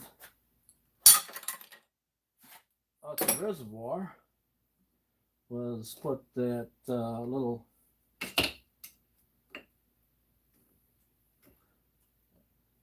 head gasket tester on. It's different than when I used to have one. I used to have one a while ago, and this one is different. It puts you got to pull a little vacuum off the engine.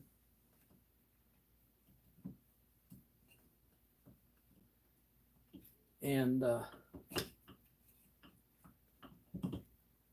don't know if I told you about my Don's Garage channel. That's where you're gonna see that stuff at, that automotive kind of stuff.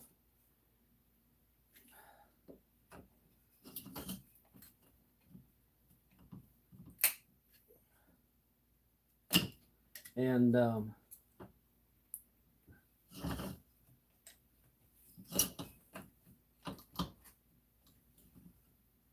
holy moly.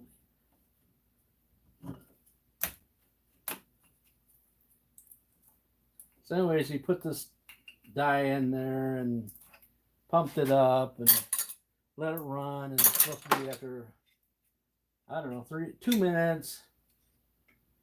After 2 minutes of running, it'll just keep working the air out, and then out of the blue, if it's a head gasket, it'll start putting out it's blue. Yeah, that's what we thought too. He actually put another one in because he said that when I put the engine together, that I didn't put one in, and so we put another one in. It calls for like three different thermostats for that. There's three. It doesn't call. There's 3 different thermostats you can put in it.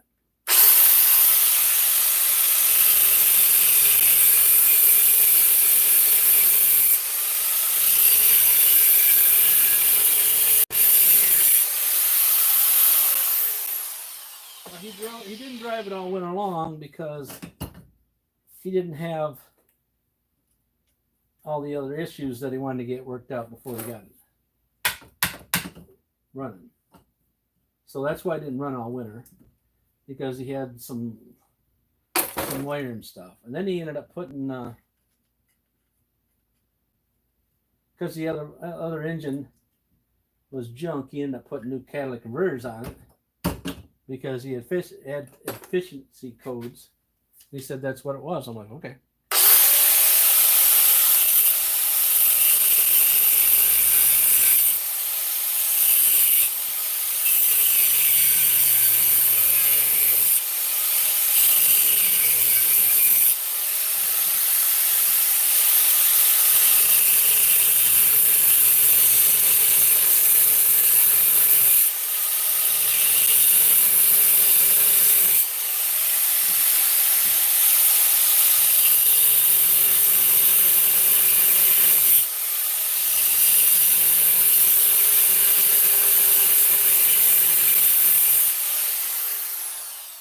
They came down to me with some compression rings, but I didn't think they were that far off. And what are they? Like, now again, my compression gauge thing is a snap-on one. The gauge quit working.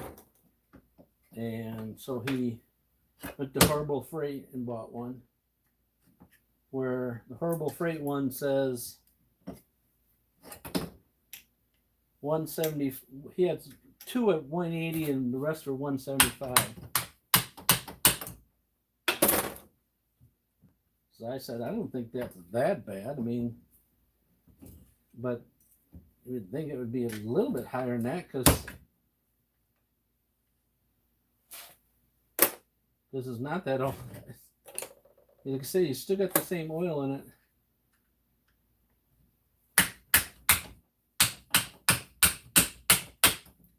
The braking oil that they wanted you to put in it. So I don't know. So well, what are you gonna do now? I said, I don't know. You got to call them guys, and you got to call Jasper, wonderful Jasper.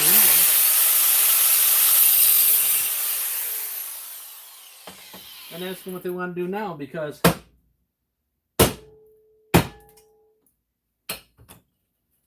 you put your own engine in, so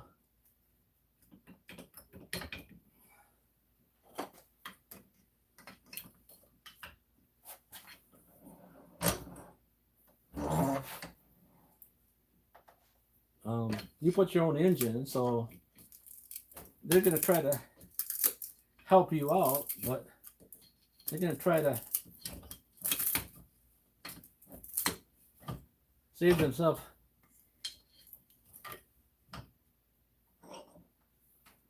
some money too.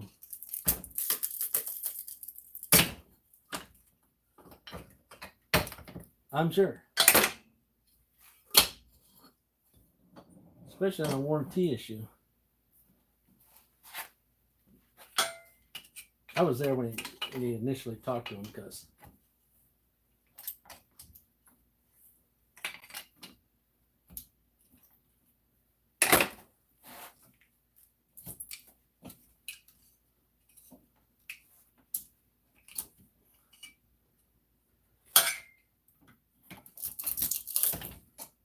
most of these companies are a bunch of idiots.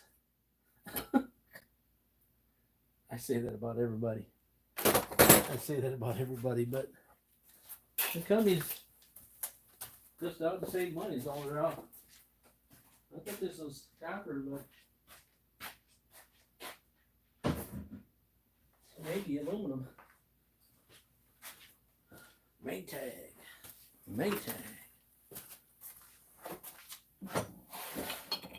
Anyways, it's all steel.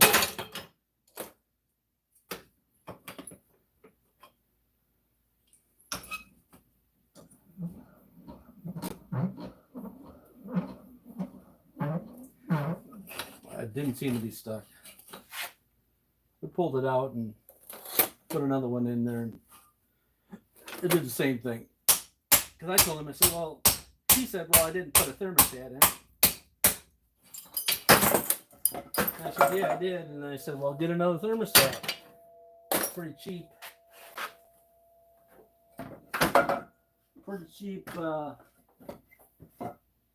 verification of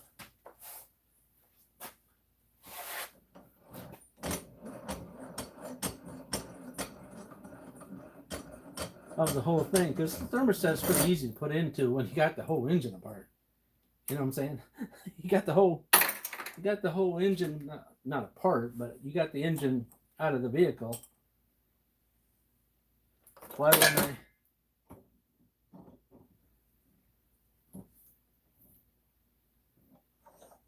The only thing, like I told him, the only thing I didn't.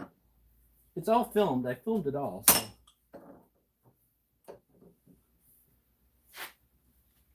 It was it's a pain in the butt to try to film it all and then try to put a video clip together.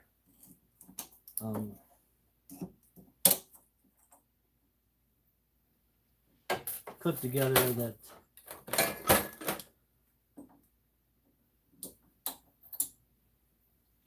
and then, you know, it's like heater core was plugged up on it because we bought it from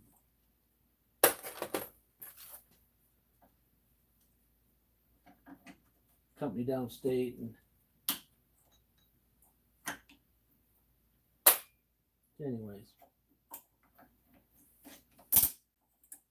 was way over in the thumb area where we bought it from.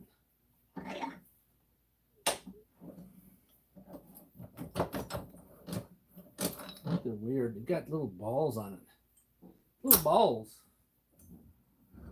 Little die-cast balls on it then.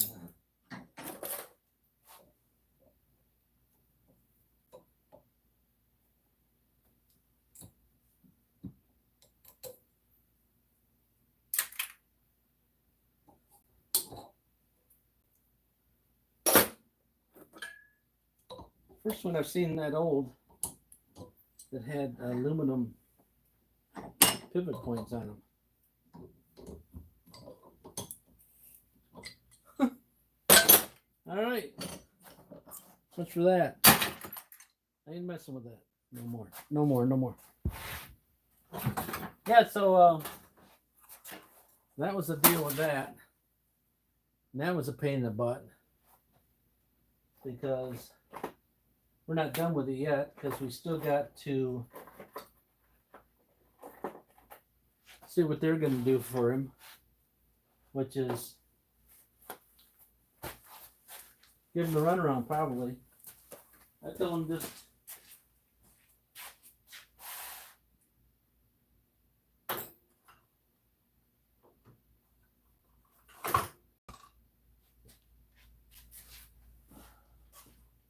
record everything.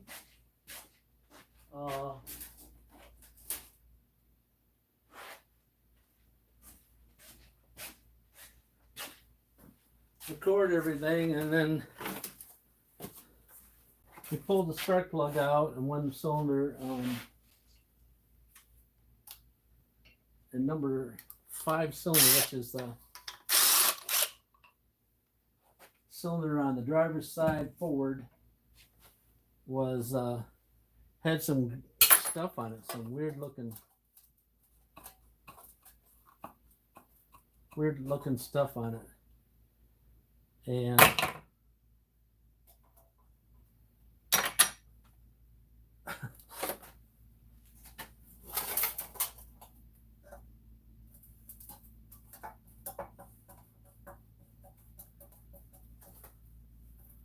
like something's been burning on it.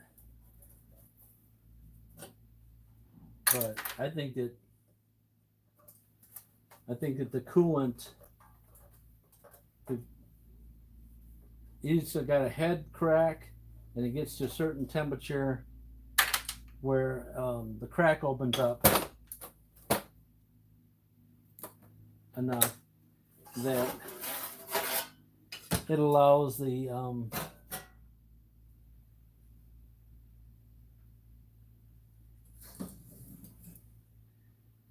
gas from the engine, compression gas, CO2, that to go into the coolant. So, yeah.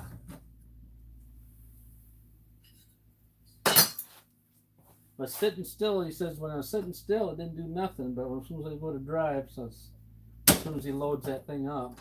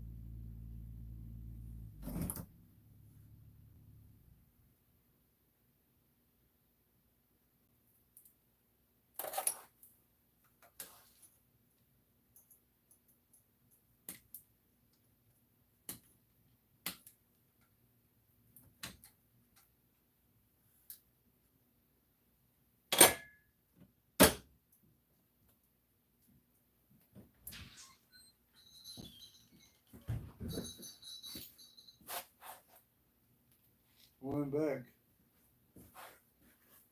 I break him. break him. Easier break. You give me permission to break him. Yeah, nice one.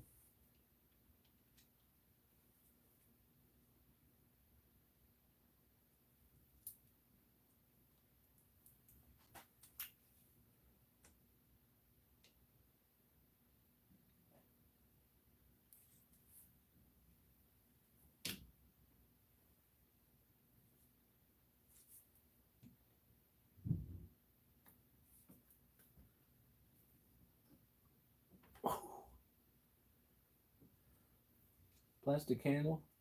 You just told me not to break it.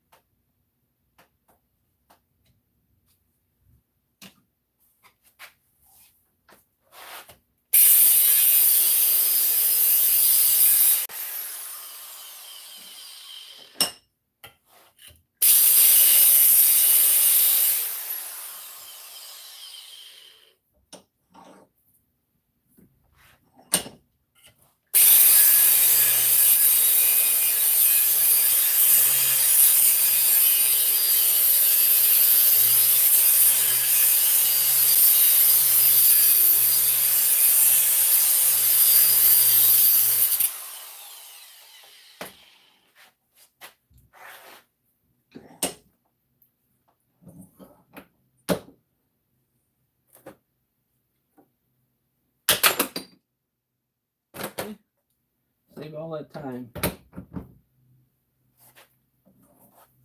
Just by breaking it off. Cutting and breaking.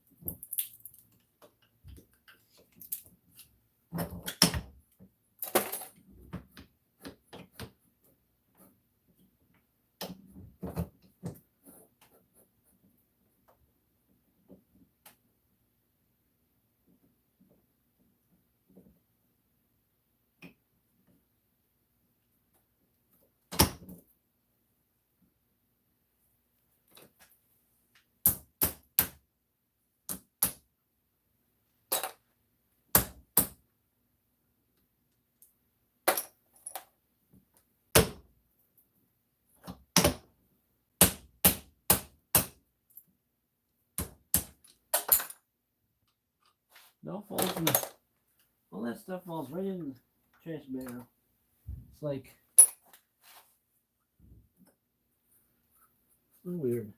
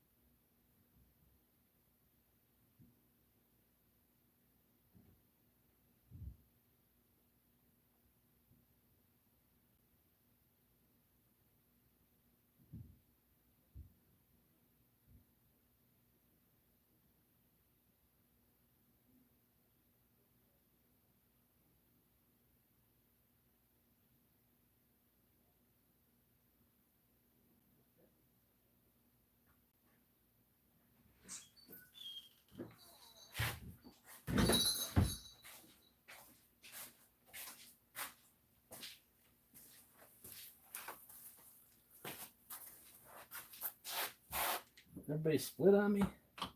Am I talking to myself?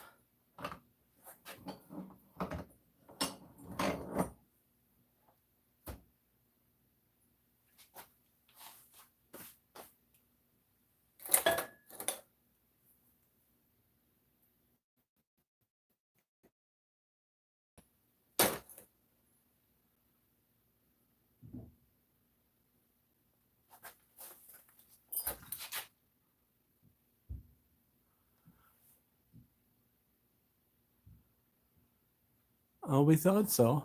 That it was some air trapped in it. I'm not getting that over there. I don't know why. Not coming over here. That's why I wasn't answering you, cuz.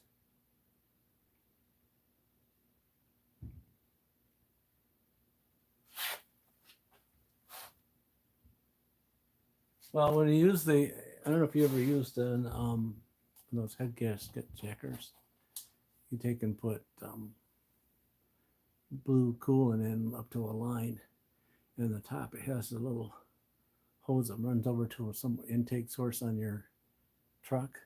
You start it up, and you'll see air bubbles come up out of the thing for at least 2 minutes, and then after 2 minutes, if you have a head gasket issue leaking, it'll turn from blue to yellow, and that's what it did. It turned to yellow.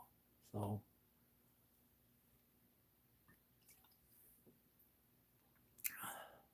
and it overheats like mad.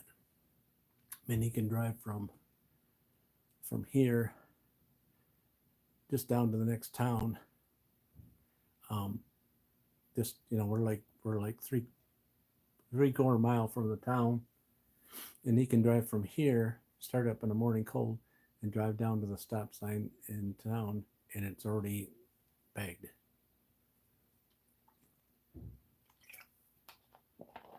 And he didn't even have 500 miles on it. Like he's went into town twice. He might have went out of town one time, like, 25 miles away or something.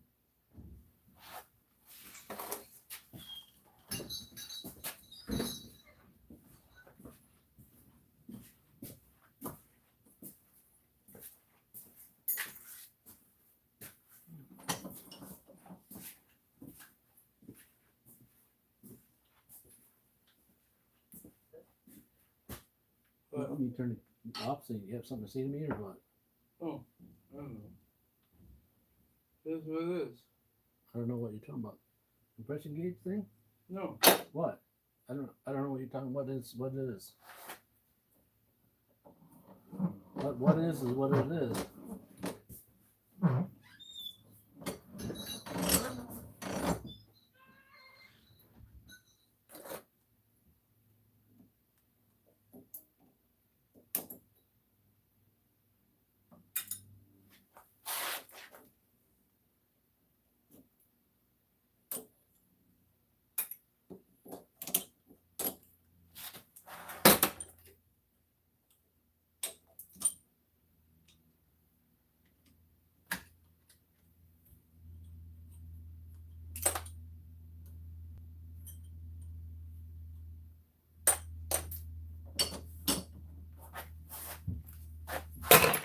So he's bumming about it.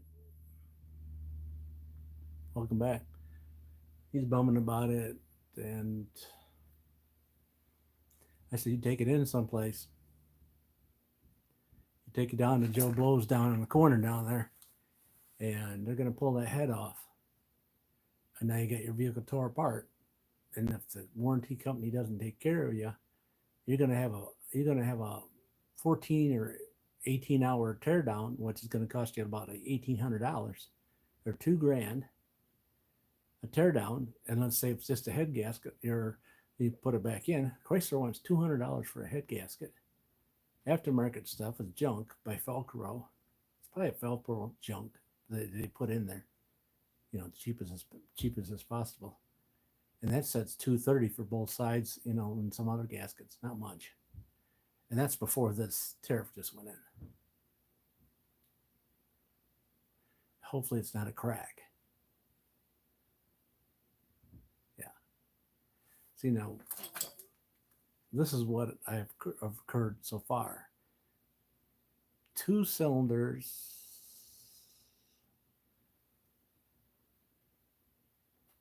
When I was putting it back together, 2 cylinders. I couldn't get the spark plug threaded in it. And so I called them up and they said, "Oh, well, there must have been some machining issue." And I'm like, "Oh, so you're saying the spark plug was stripped out and somebody helicoil it? So you can't put helicoils in." Well, you're welcome. And so you can't put helicoils in from the outside in. You have to pull it. You have to put them from the inside out on that engine, I guess, because it's a Hemi. It's a Hemi. Or 5.7 Hemi. So you got to put the helicoils from the inside out. And I said, "Oh." I said, "But the engine that I sent in for a core didn't have stripped out spark plugs." And he's like, "Well, what do you want me to do? You want me to pull the engine back out and send you another one?" I said, "We'll deal with that when we come to it. So if we have more problems, we're going to send it to you." This is the scenario we got going on. 2 different pistons? No, it's there's two spark plugs per cylinder. And I think there's 4 valves per cylinder too, I think. So we'll wait till we come to that issue with that. He said, "Well, this is what they recommend me do. Pull the engine out, send it back." I said, "So I got a 14 hours. You gonna repay me for that?" And he said, "No, you bought the engine from us. Well, we'll just give you another engine." I said, oh. So I could have went down to another place and paid 15 grand or 20 grand to have somebody put this engine in, and then you guys would have settled up with him. And they said, "Well, that's totally up to the shop that made the money on it." So I'm like, "Oh, okay, yeah." But anyways, they told me to take a spark plug, an old spark plug, and make a thread chaser out of it by putting 4 slots all the way around through the threads, parallel with opposite of the threads. and then thread it down in there. Put a little bit of oil on it. It went through, but I don't know what cylinder it was now. I'd have to go back and look. Wonder if that was the same cylinder that they had that done.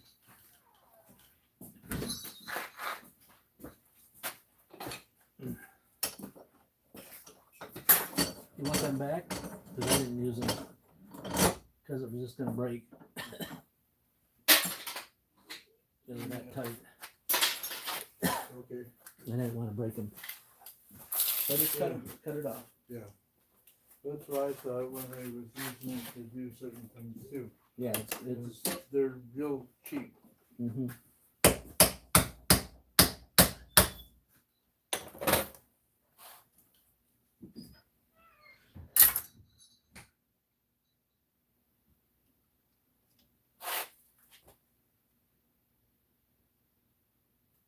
Yeah, them crack on there, don't they? Huh? That's a delay. Do you have to jack the engine up a little bit to get to them, or what?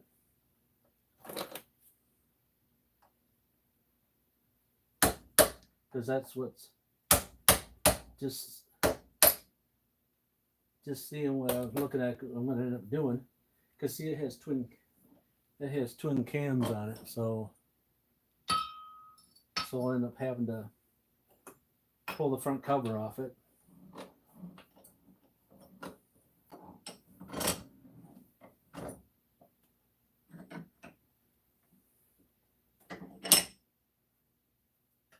I have to pull the front timing cover off it because I don't, there's tensioners in there.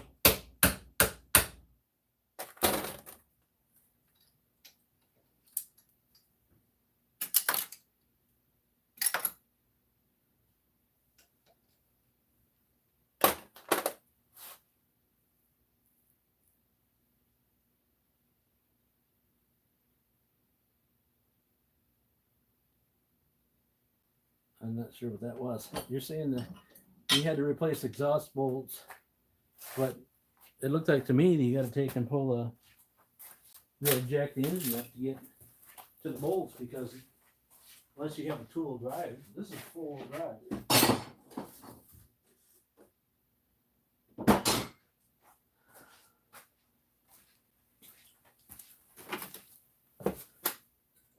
This is a 2500 four-wheel drive.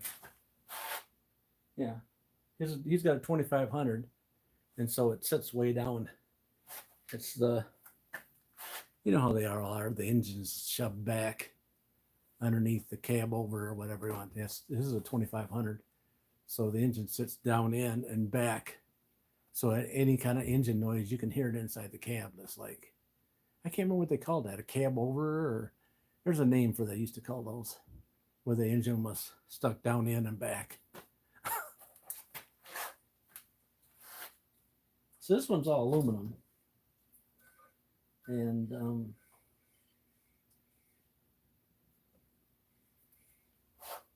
the windings are all aluminum, but like I said, you got to get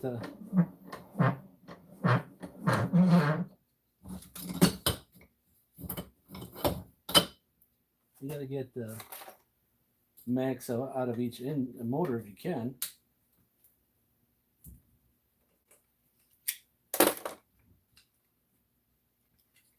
Some guys will just take the aluminum off and just put the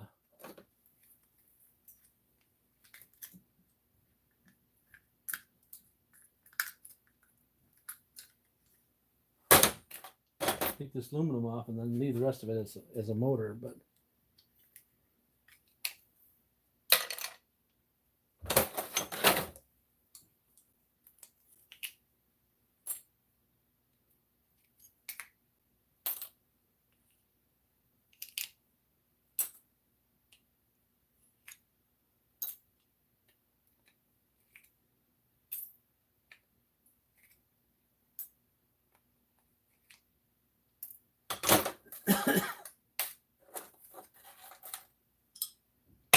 I'm sure it will be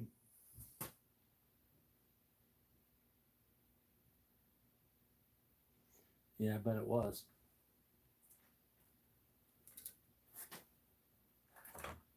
would you do that?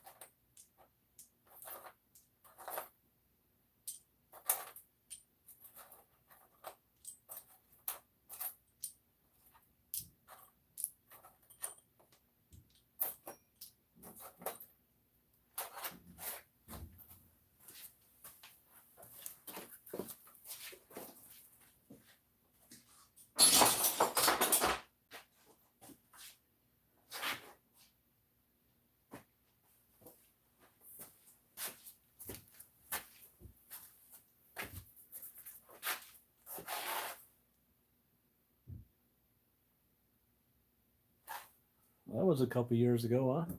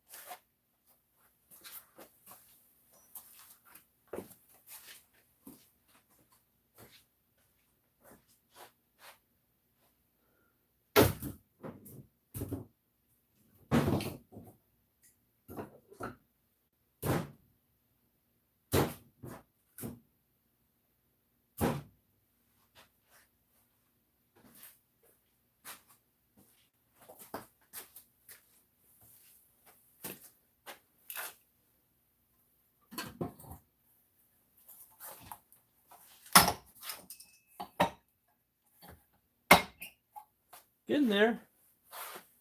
Get in there. Believe it or not, you got 1, 2, 3, 4, 5, 6, 7, 8, and then there's a couple other ones over there. They've been sitting here for a bit. They've been sitting here for the whole winter. That's supposed to be doing now, so I'm supposed to have them done this winter time.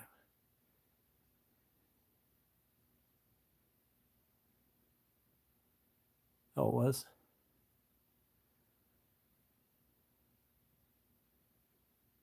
You're 20 years old, so you were a young whippersnapper, right?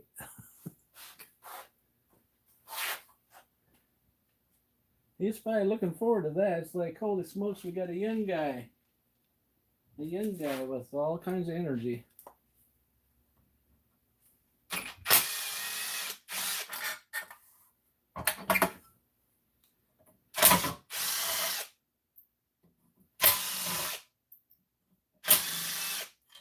A young guy with lots of energy.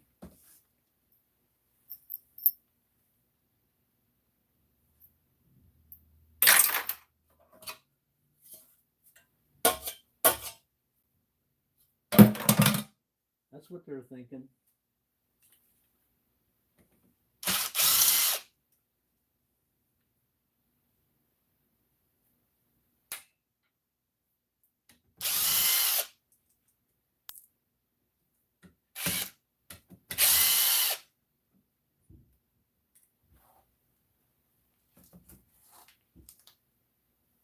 You don't know how bad it is when you get all these little pieces of stuff and you want to save every piece of it. You're like, hey, I can save that because I can use it for something. You know what I'm saying? Hey, the next thing I gotta make, I can use these things right here. I can use them for something.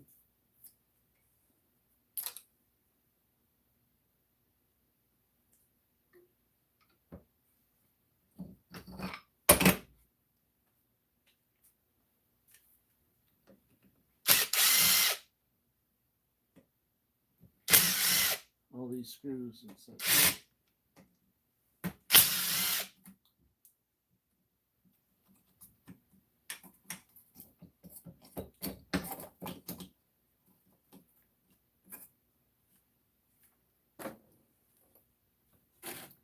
I'm sure at one time somebody was looking for this part here.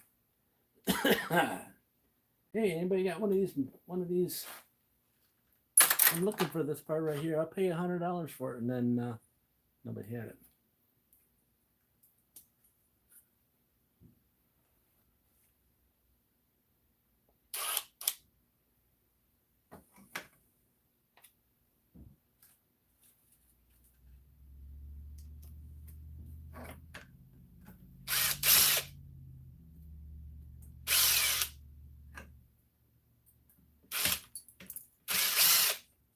I was told that washing machine parts was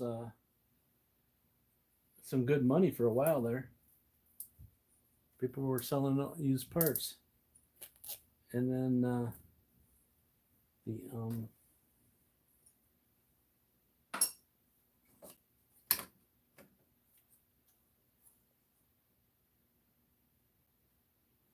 the price of everything went up to ship it, and then everybody's like, I ain't paying that kind of money to ship it. And now it's even worse now than it was then. Ship something now, $20 to ship something. Like, holy moly.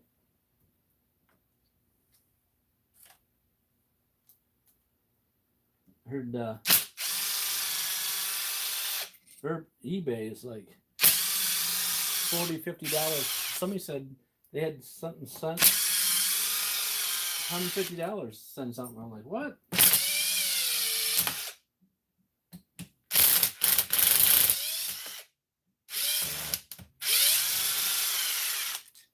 $150 to send something.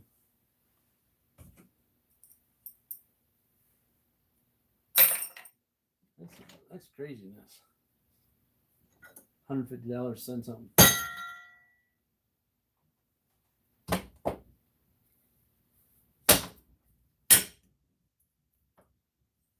See? Clean. I've got some little plastic on it though.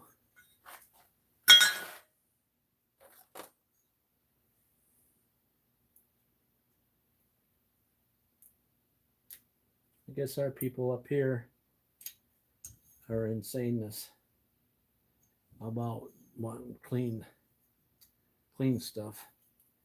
He said they're really ridiculous. And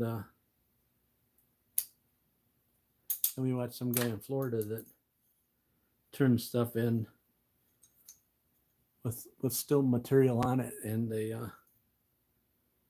don't say nothing to him.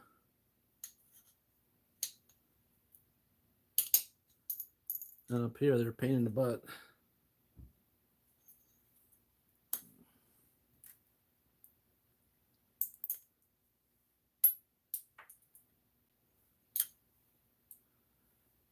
Welcome, guys. I'm just taking some stuff apart tonight.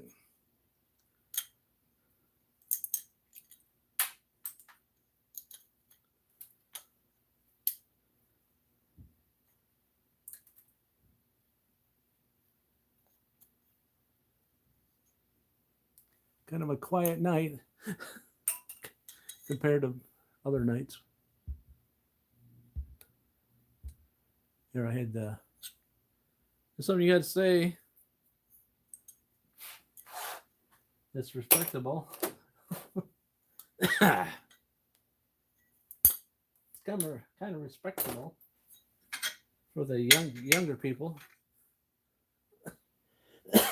This was all copper. That's all copper.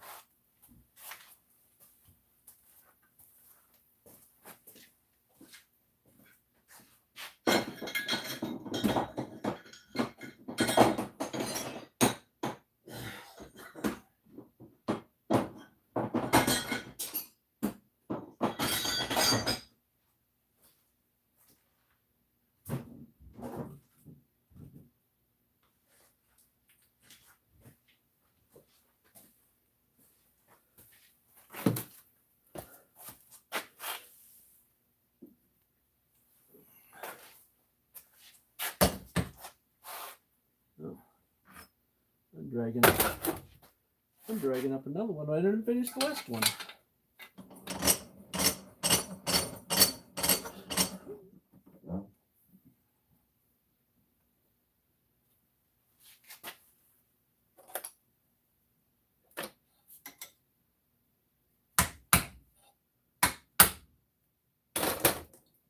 So you got snow today? You didn't get any sunshine, eh? How does that work over there? You guys don't like sunshine?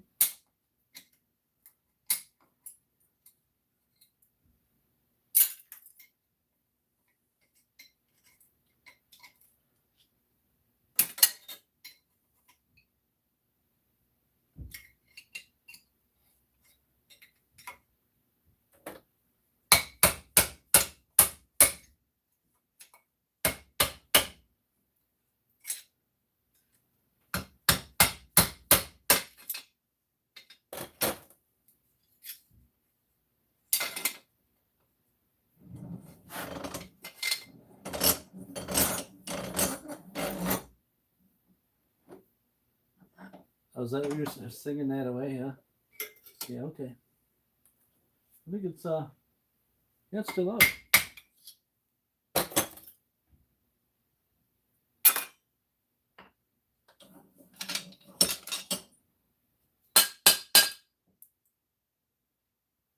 See, that one's got a lot of aluminum on it.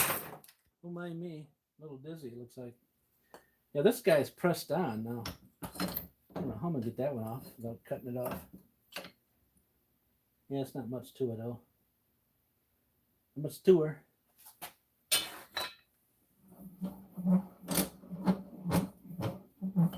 Oh, this has got this is the one we love. It's got studs on the top.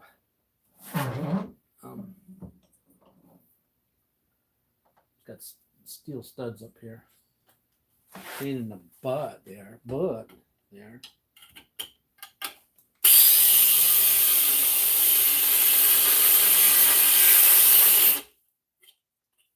Up there.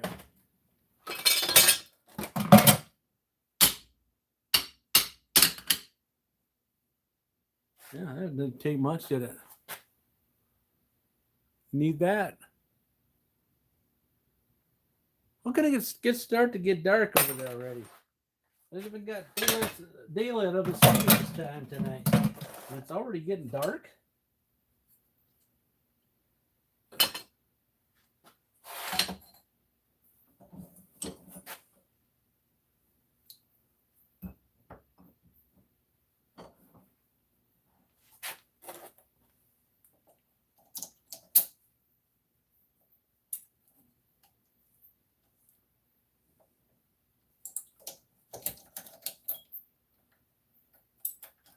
Hey, did I ever ask you? Was I ever nosy enough to ask you what you do for what you did? What you did?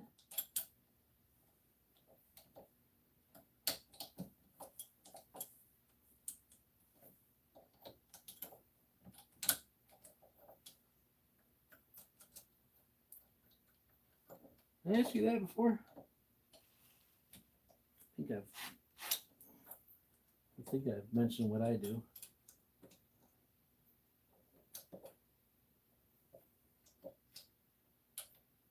Welding in filler.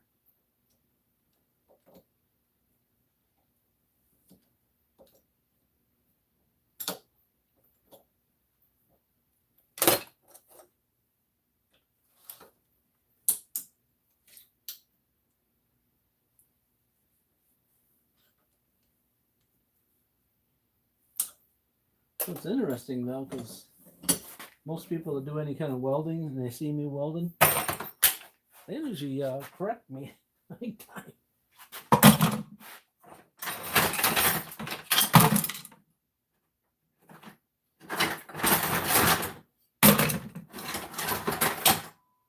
They correct me big time. And you didn't do that. It's interesting though.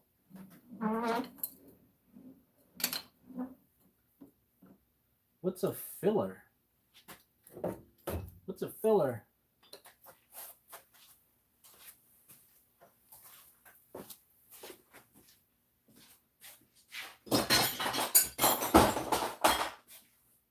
What's a filler? I know what a welder is.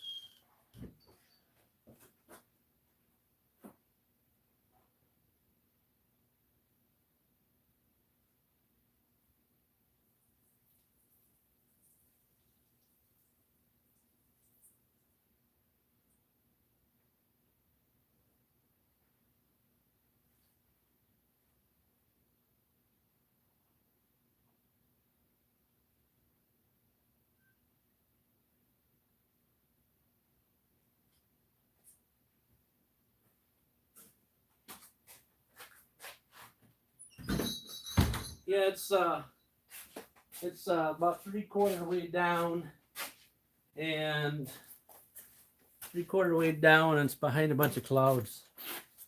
We're talking about the moon.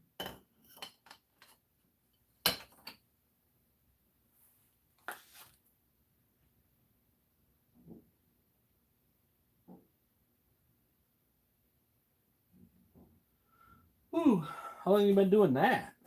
That sounds like I don't know what to say. Sounds like for automotive, obviously, huh? No, can't be automotive. Can it?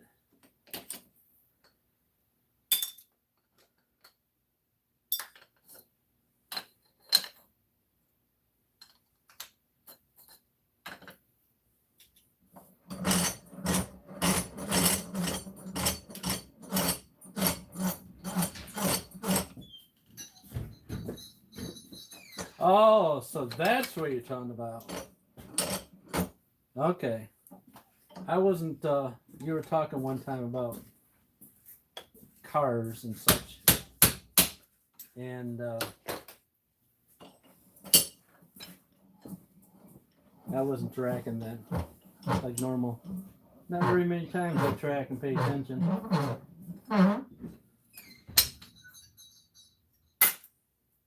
Sometimes I pay attention, but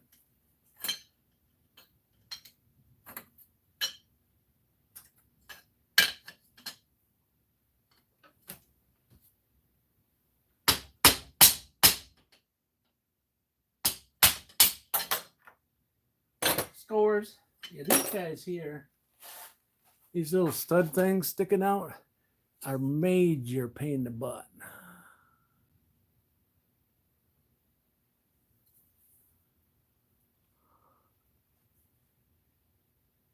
Oh.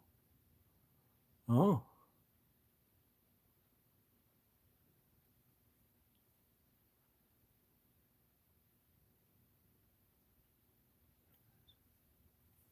Really? You're talking about big, like 40 footers or something?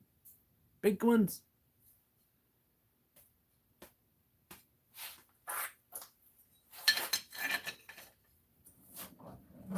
Not the little tiny ones, the big ones, right? 'Cause I've seen little tiny ones before.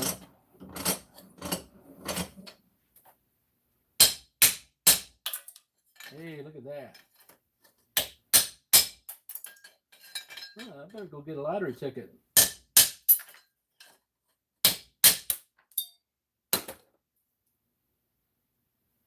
They all came out. I've hit on these before and they just kind of bent over and it was a big old deal, but 4 out. 4 out. Welcome to the channel, guys. 12 by 25. Interesting. Interesting. Hey, do they give out let's see, how do I say it?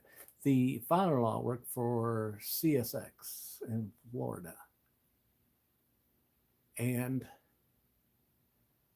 I remember him showing me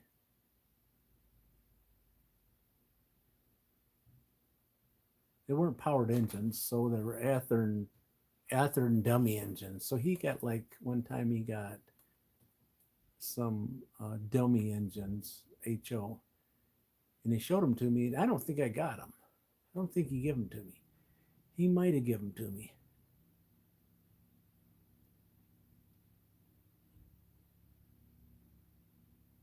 He might have given them to me, but it was a while ago. I had quite a selection of rolling stock and a lot of engines that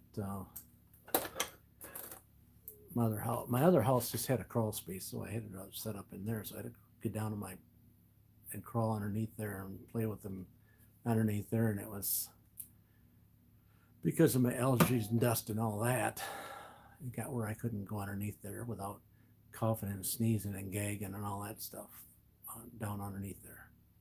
And I talked about I actually when I got here, I dug all the sand out so I could go down in there on one side, hauling pails of it out. Pails and pails of it out. I'm serious. I took and brought it down till we could actually, because it was just you had to get on your stomach to go in this crawl space, and I got it where you can you could sit on a small chair and sit up and be underneath there. So we used it all for storage. So, and I think I put plastic down or something rather, but nothing. We talked about getting the company to come in there and seal that, but we never did because they wanted $4,000 or it was a lot of money then, whatever it was.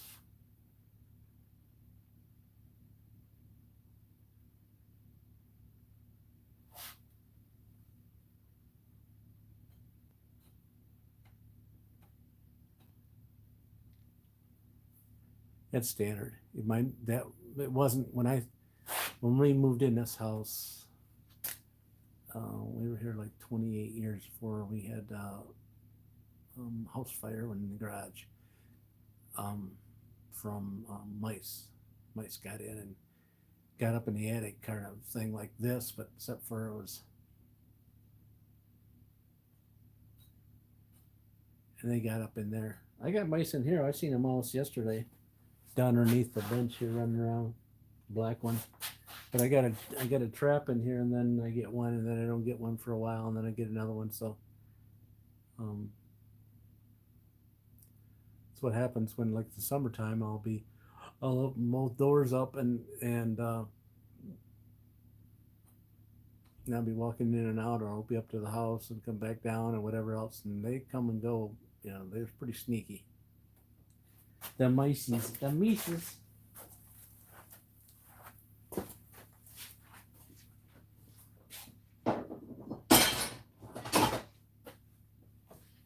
little mices. All right.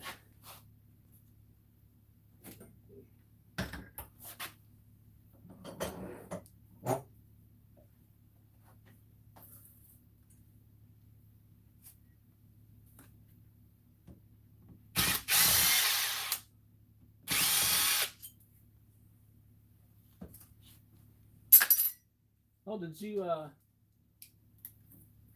Did you say so? I think you told me you were doing that for quite a while, huh? They have a big. They have a big production on a big. Yeah, a big. I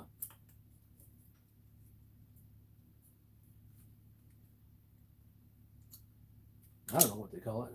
What do they call it? You have to have so many in. 15 years. Wow, you got me. Wow. Yeah, I don't seem to make it much more than more than. I made it 6 years on one job, and then the job was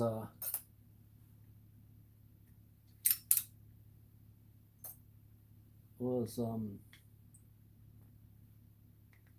a bus driving a school bus.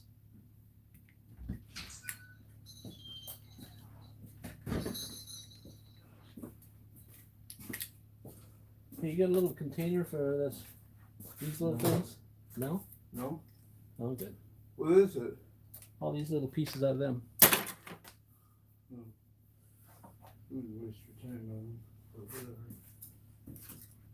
There's a lot. Unless they're brass. Huh? Say unless they're brass. Well, it's all brass. That's the ones I'm saving. How are we going? Up the house? I mean, I don't know. I mean, because even if it's that light, it's not going to register on the scale.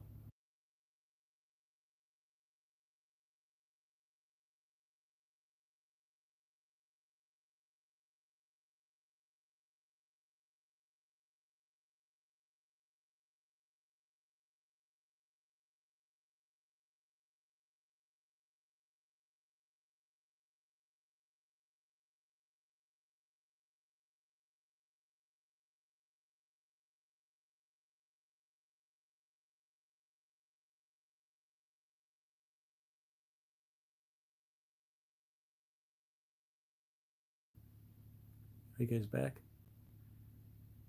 It's your first real job.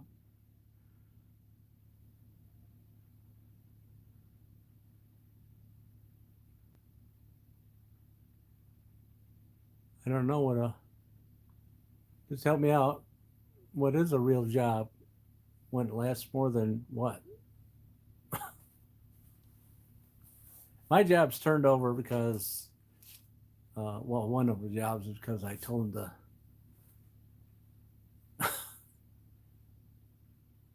These small businesses anymore. It's like you can go, you can go, you can go overboard and do what they want you to do, and still it's still you're expendable. You know what I'm saying? I was doing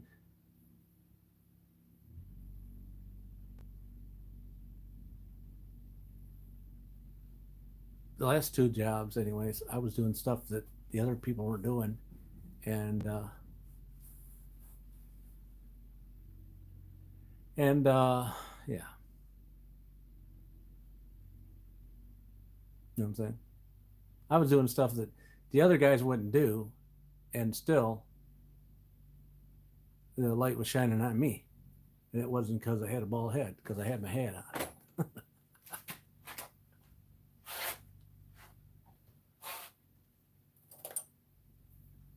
And I made the other guys look bad.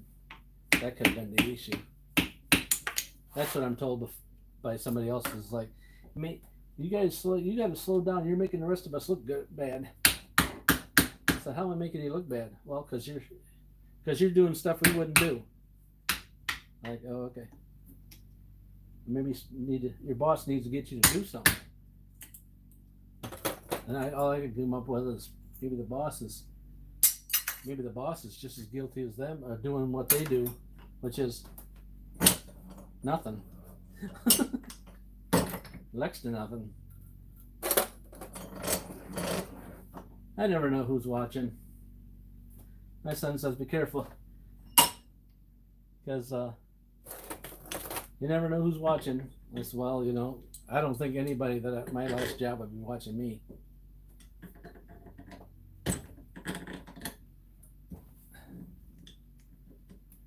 Could be. I don't think so. Not the way they asked, not the way they treated me at the last job. Exactly. Well, they were good. They were, yeah. Because I was in snow removal. I was in snow removal in the wintertime. And we went through, you know how the winter's been the last couple of years. So you would go in there and sit around the whole time. And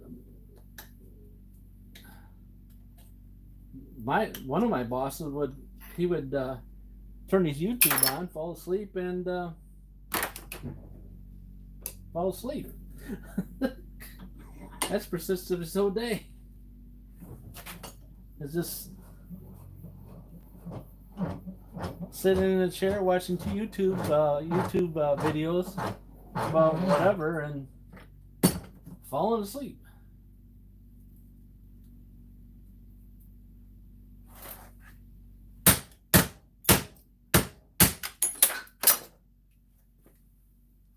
And then they give me the pain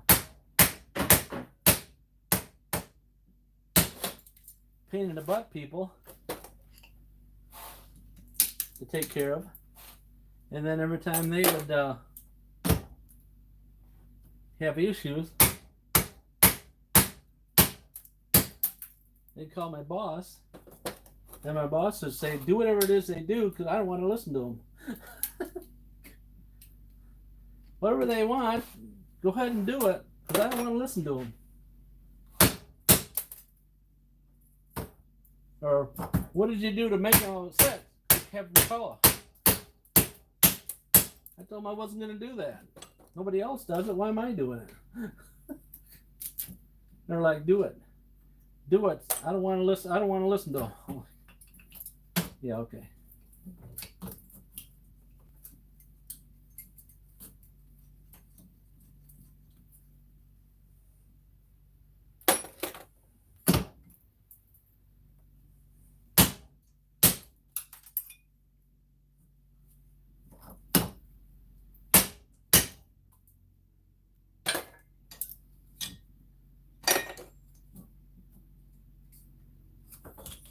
Anyways, that's the working job for you. Uh-oh. Now this, the monitor's at 15%.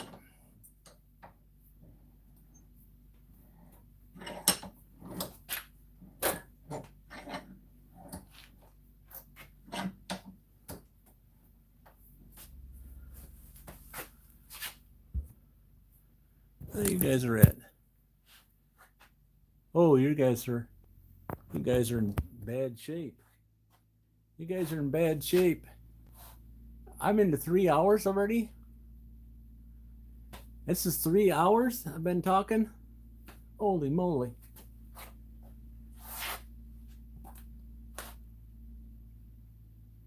I just turned off my monitor because I need that. That's my primary phone. All right, just so you know, it might die on you, or it might not.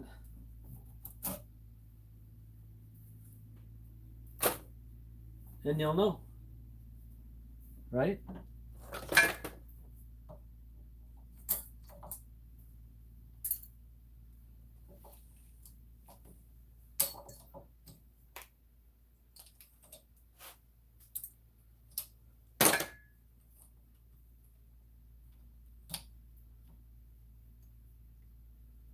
But anyways, the monitor's it's plugged in, so it shouldn't die, but could.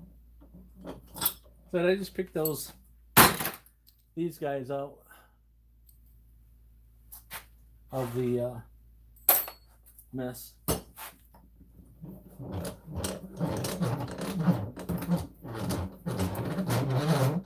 I have we bought a Jaws of Life that that we use to peel that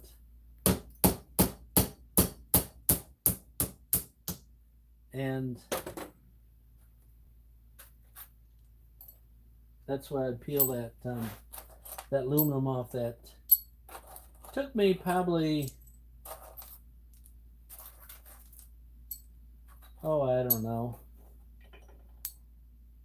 go through a buckets full of those. It's probably an hour.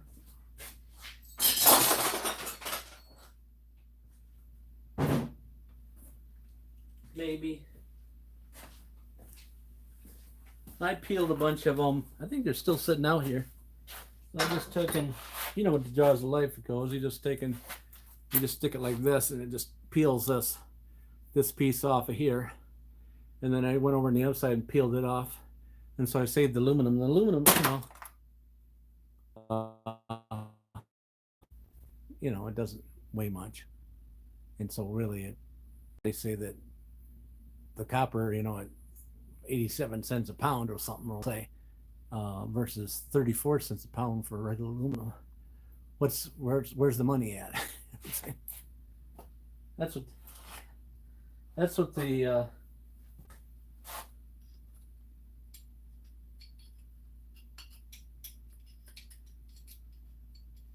that's what all the big guys say.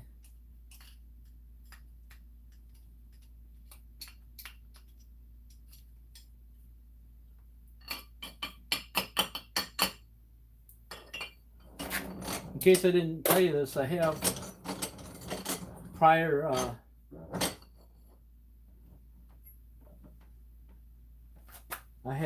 videos of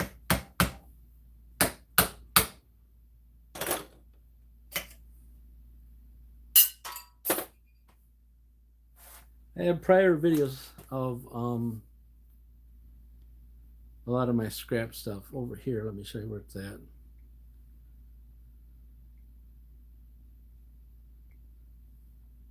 I didn't show you. If I didn't show you, then you wouldn't know. It's looking at me backwards, though.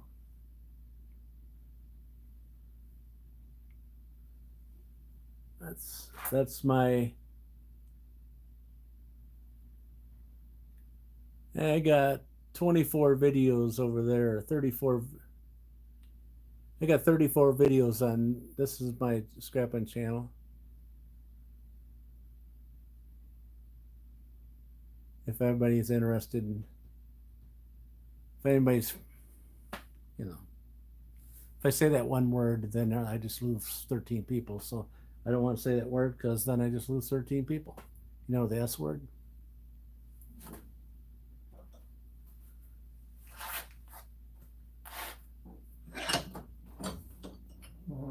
So anyways, I want to do more over there, but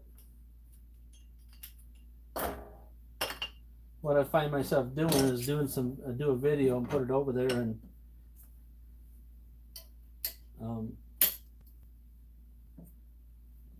nobody even knows it's there. So many other things to watch.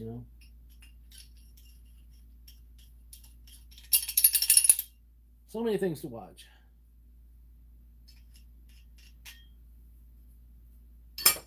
I hope you guys are having a wing deem of Sunday. Mine wasn't too bad, I guess. Considering I didn't want to wake up this morning because the chime changed after I just think I just said that I just believe that within the last 2 weeks I got used to the other thing.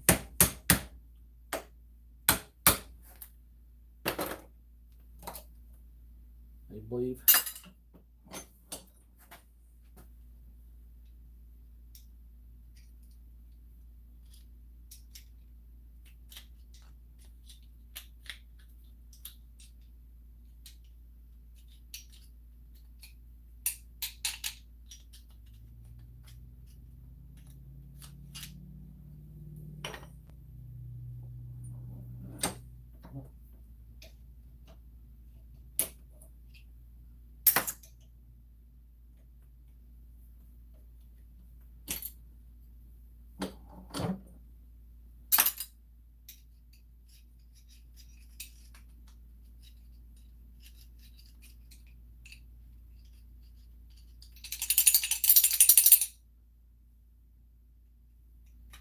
I just get all this grease out of there for, I don't know.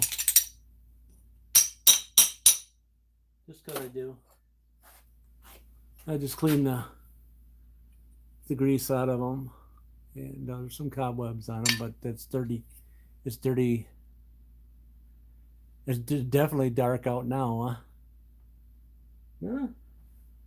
You still think it's dark out, eh? Is that because you want me to show you what it looks like over here? If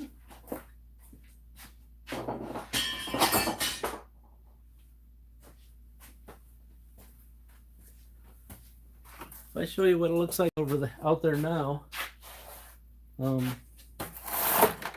yeah.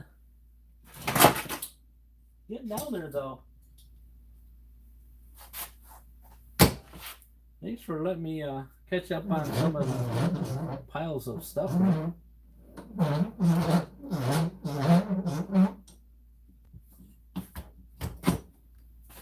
Piles of stuff. You want to do this tomorrow night too?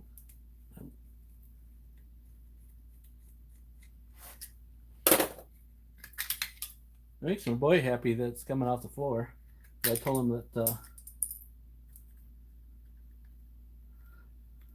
I told him I was going to put it in the bin and put it outside. It's like, hey, I'm going to take you and put this stuff outside. He's like, why are you going to put it outside for? I said, I'm tired of walking around it. So why don't you take it apart for me? Because he's busy.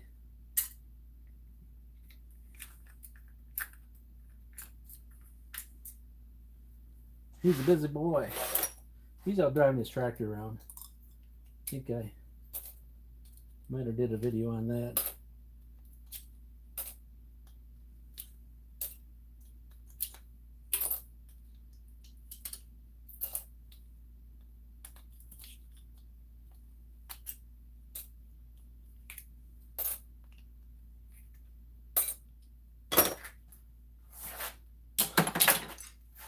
You guys want to do this tomorrow night too, or any input on what tomorrow's going to be? Any input? Because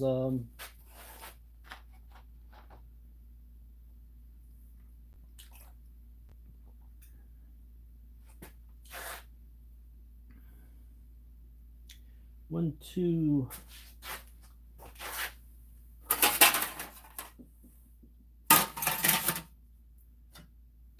2, 3, 4, 5, 6, 7 motors right there. 8, 9 motors left of these size.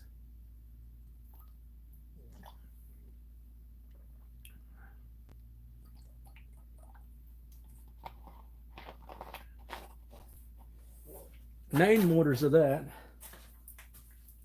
and then some more stuff over here. But if I got them other 9 motors done, I'm thinking if I got those other 9 motors done, and then talking with you guys, that would be good. That would be good, I think.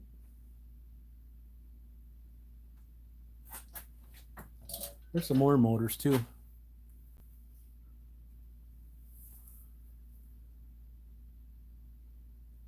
If you have time, you might be there. That's totally up to you if you want to. Yeah, I'm at 5% if I take this battery loose. All right, we're gonna call our night because the battery's dead. We're at 5 cents on this one, and she's getting dimmer on me. So I'm gonna take her over and charge her up for tomorrow night. So if you're new to the channel out there and you want to come back, easiest way is to subscribe. That way tomorrow night you can find us easy. And I've done it before, and the reason why I do that is sometimes I'll just let the subscribers watch and communicate with me, and everybody else be blocked out. And I can do that just by couple buttons here. And not saying I'm going to do that tomorrow night, but I've done it before, and that's one of the benefits I do for is why I say just subscribe. If you like what I got, you know, I'm just right now I got other things, other projects to go to, but I got piles of stuff on the floor that I need to take and break down and move out, so I get move around in here because they've been sitting here a while. All right, peace out. Have a good evening. Like I said, we'll be back tomorrow night, Eastern Standard Time, 7 o'clock.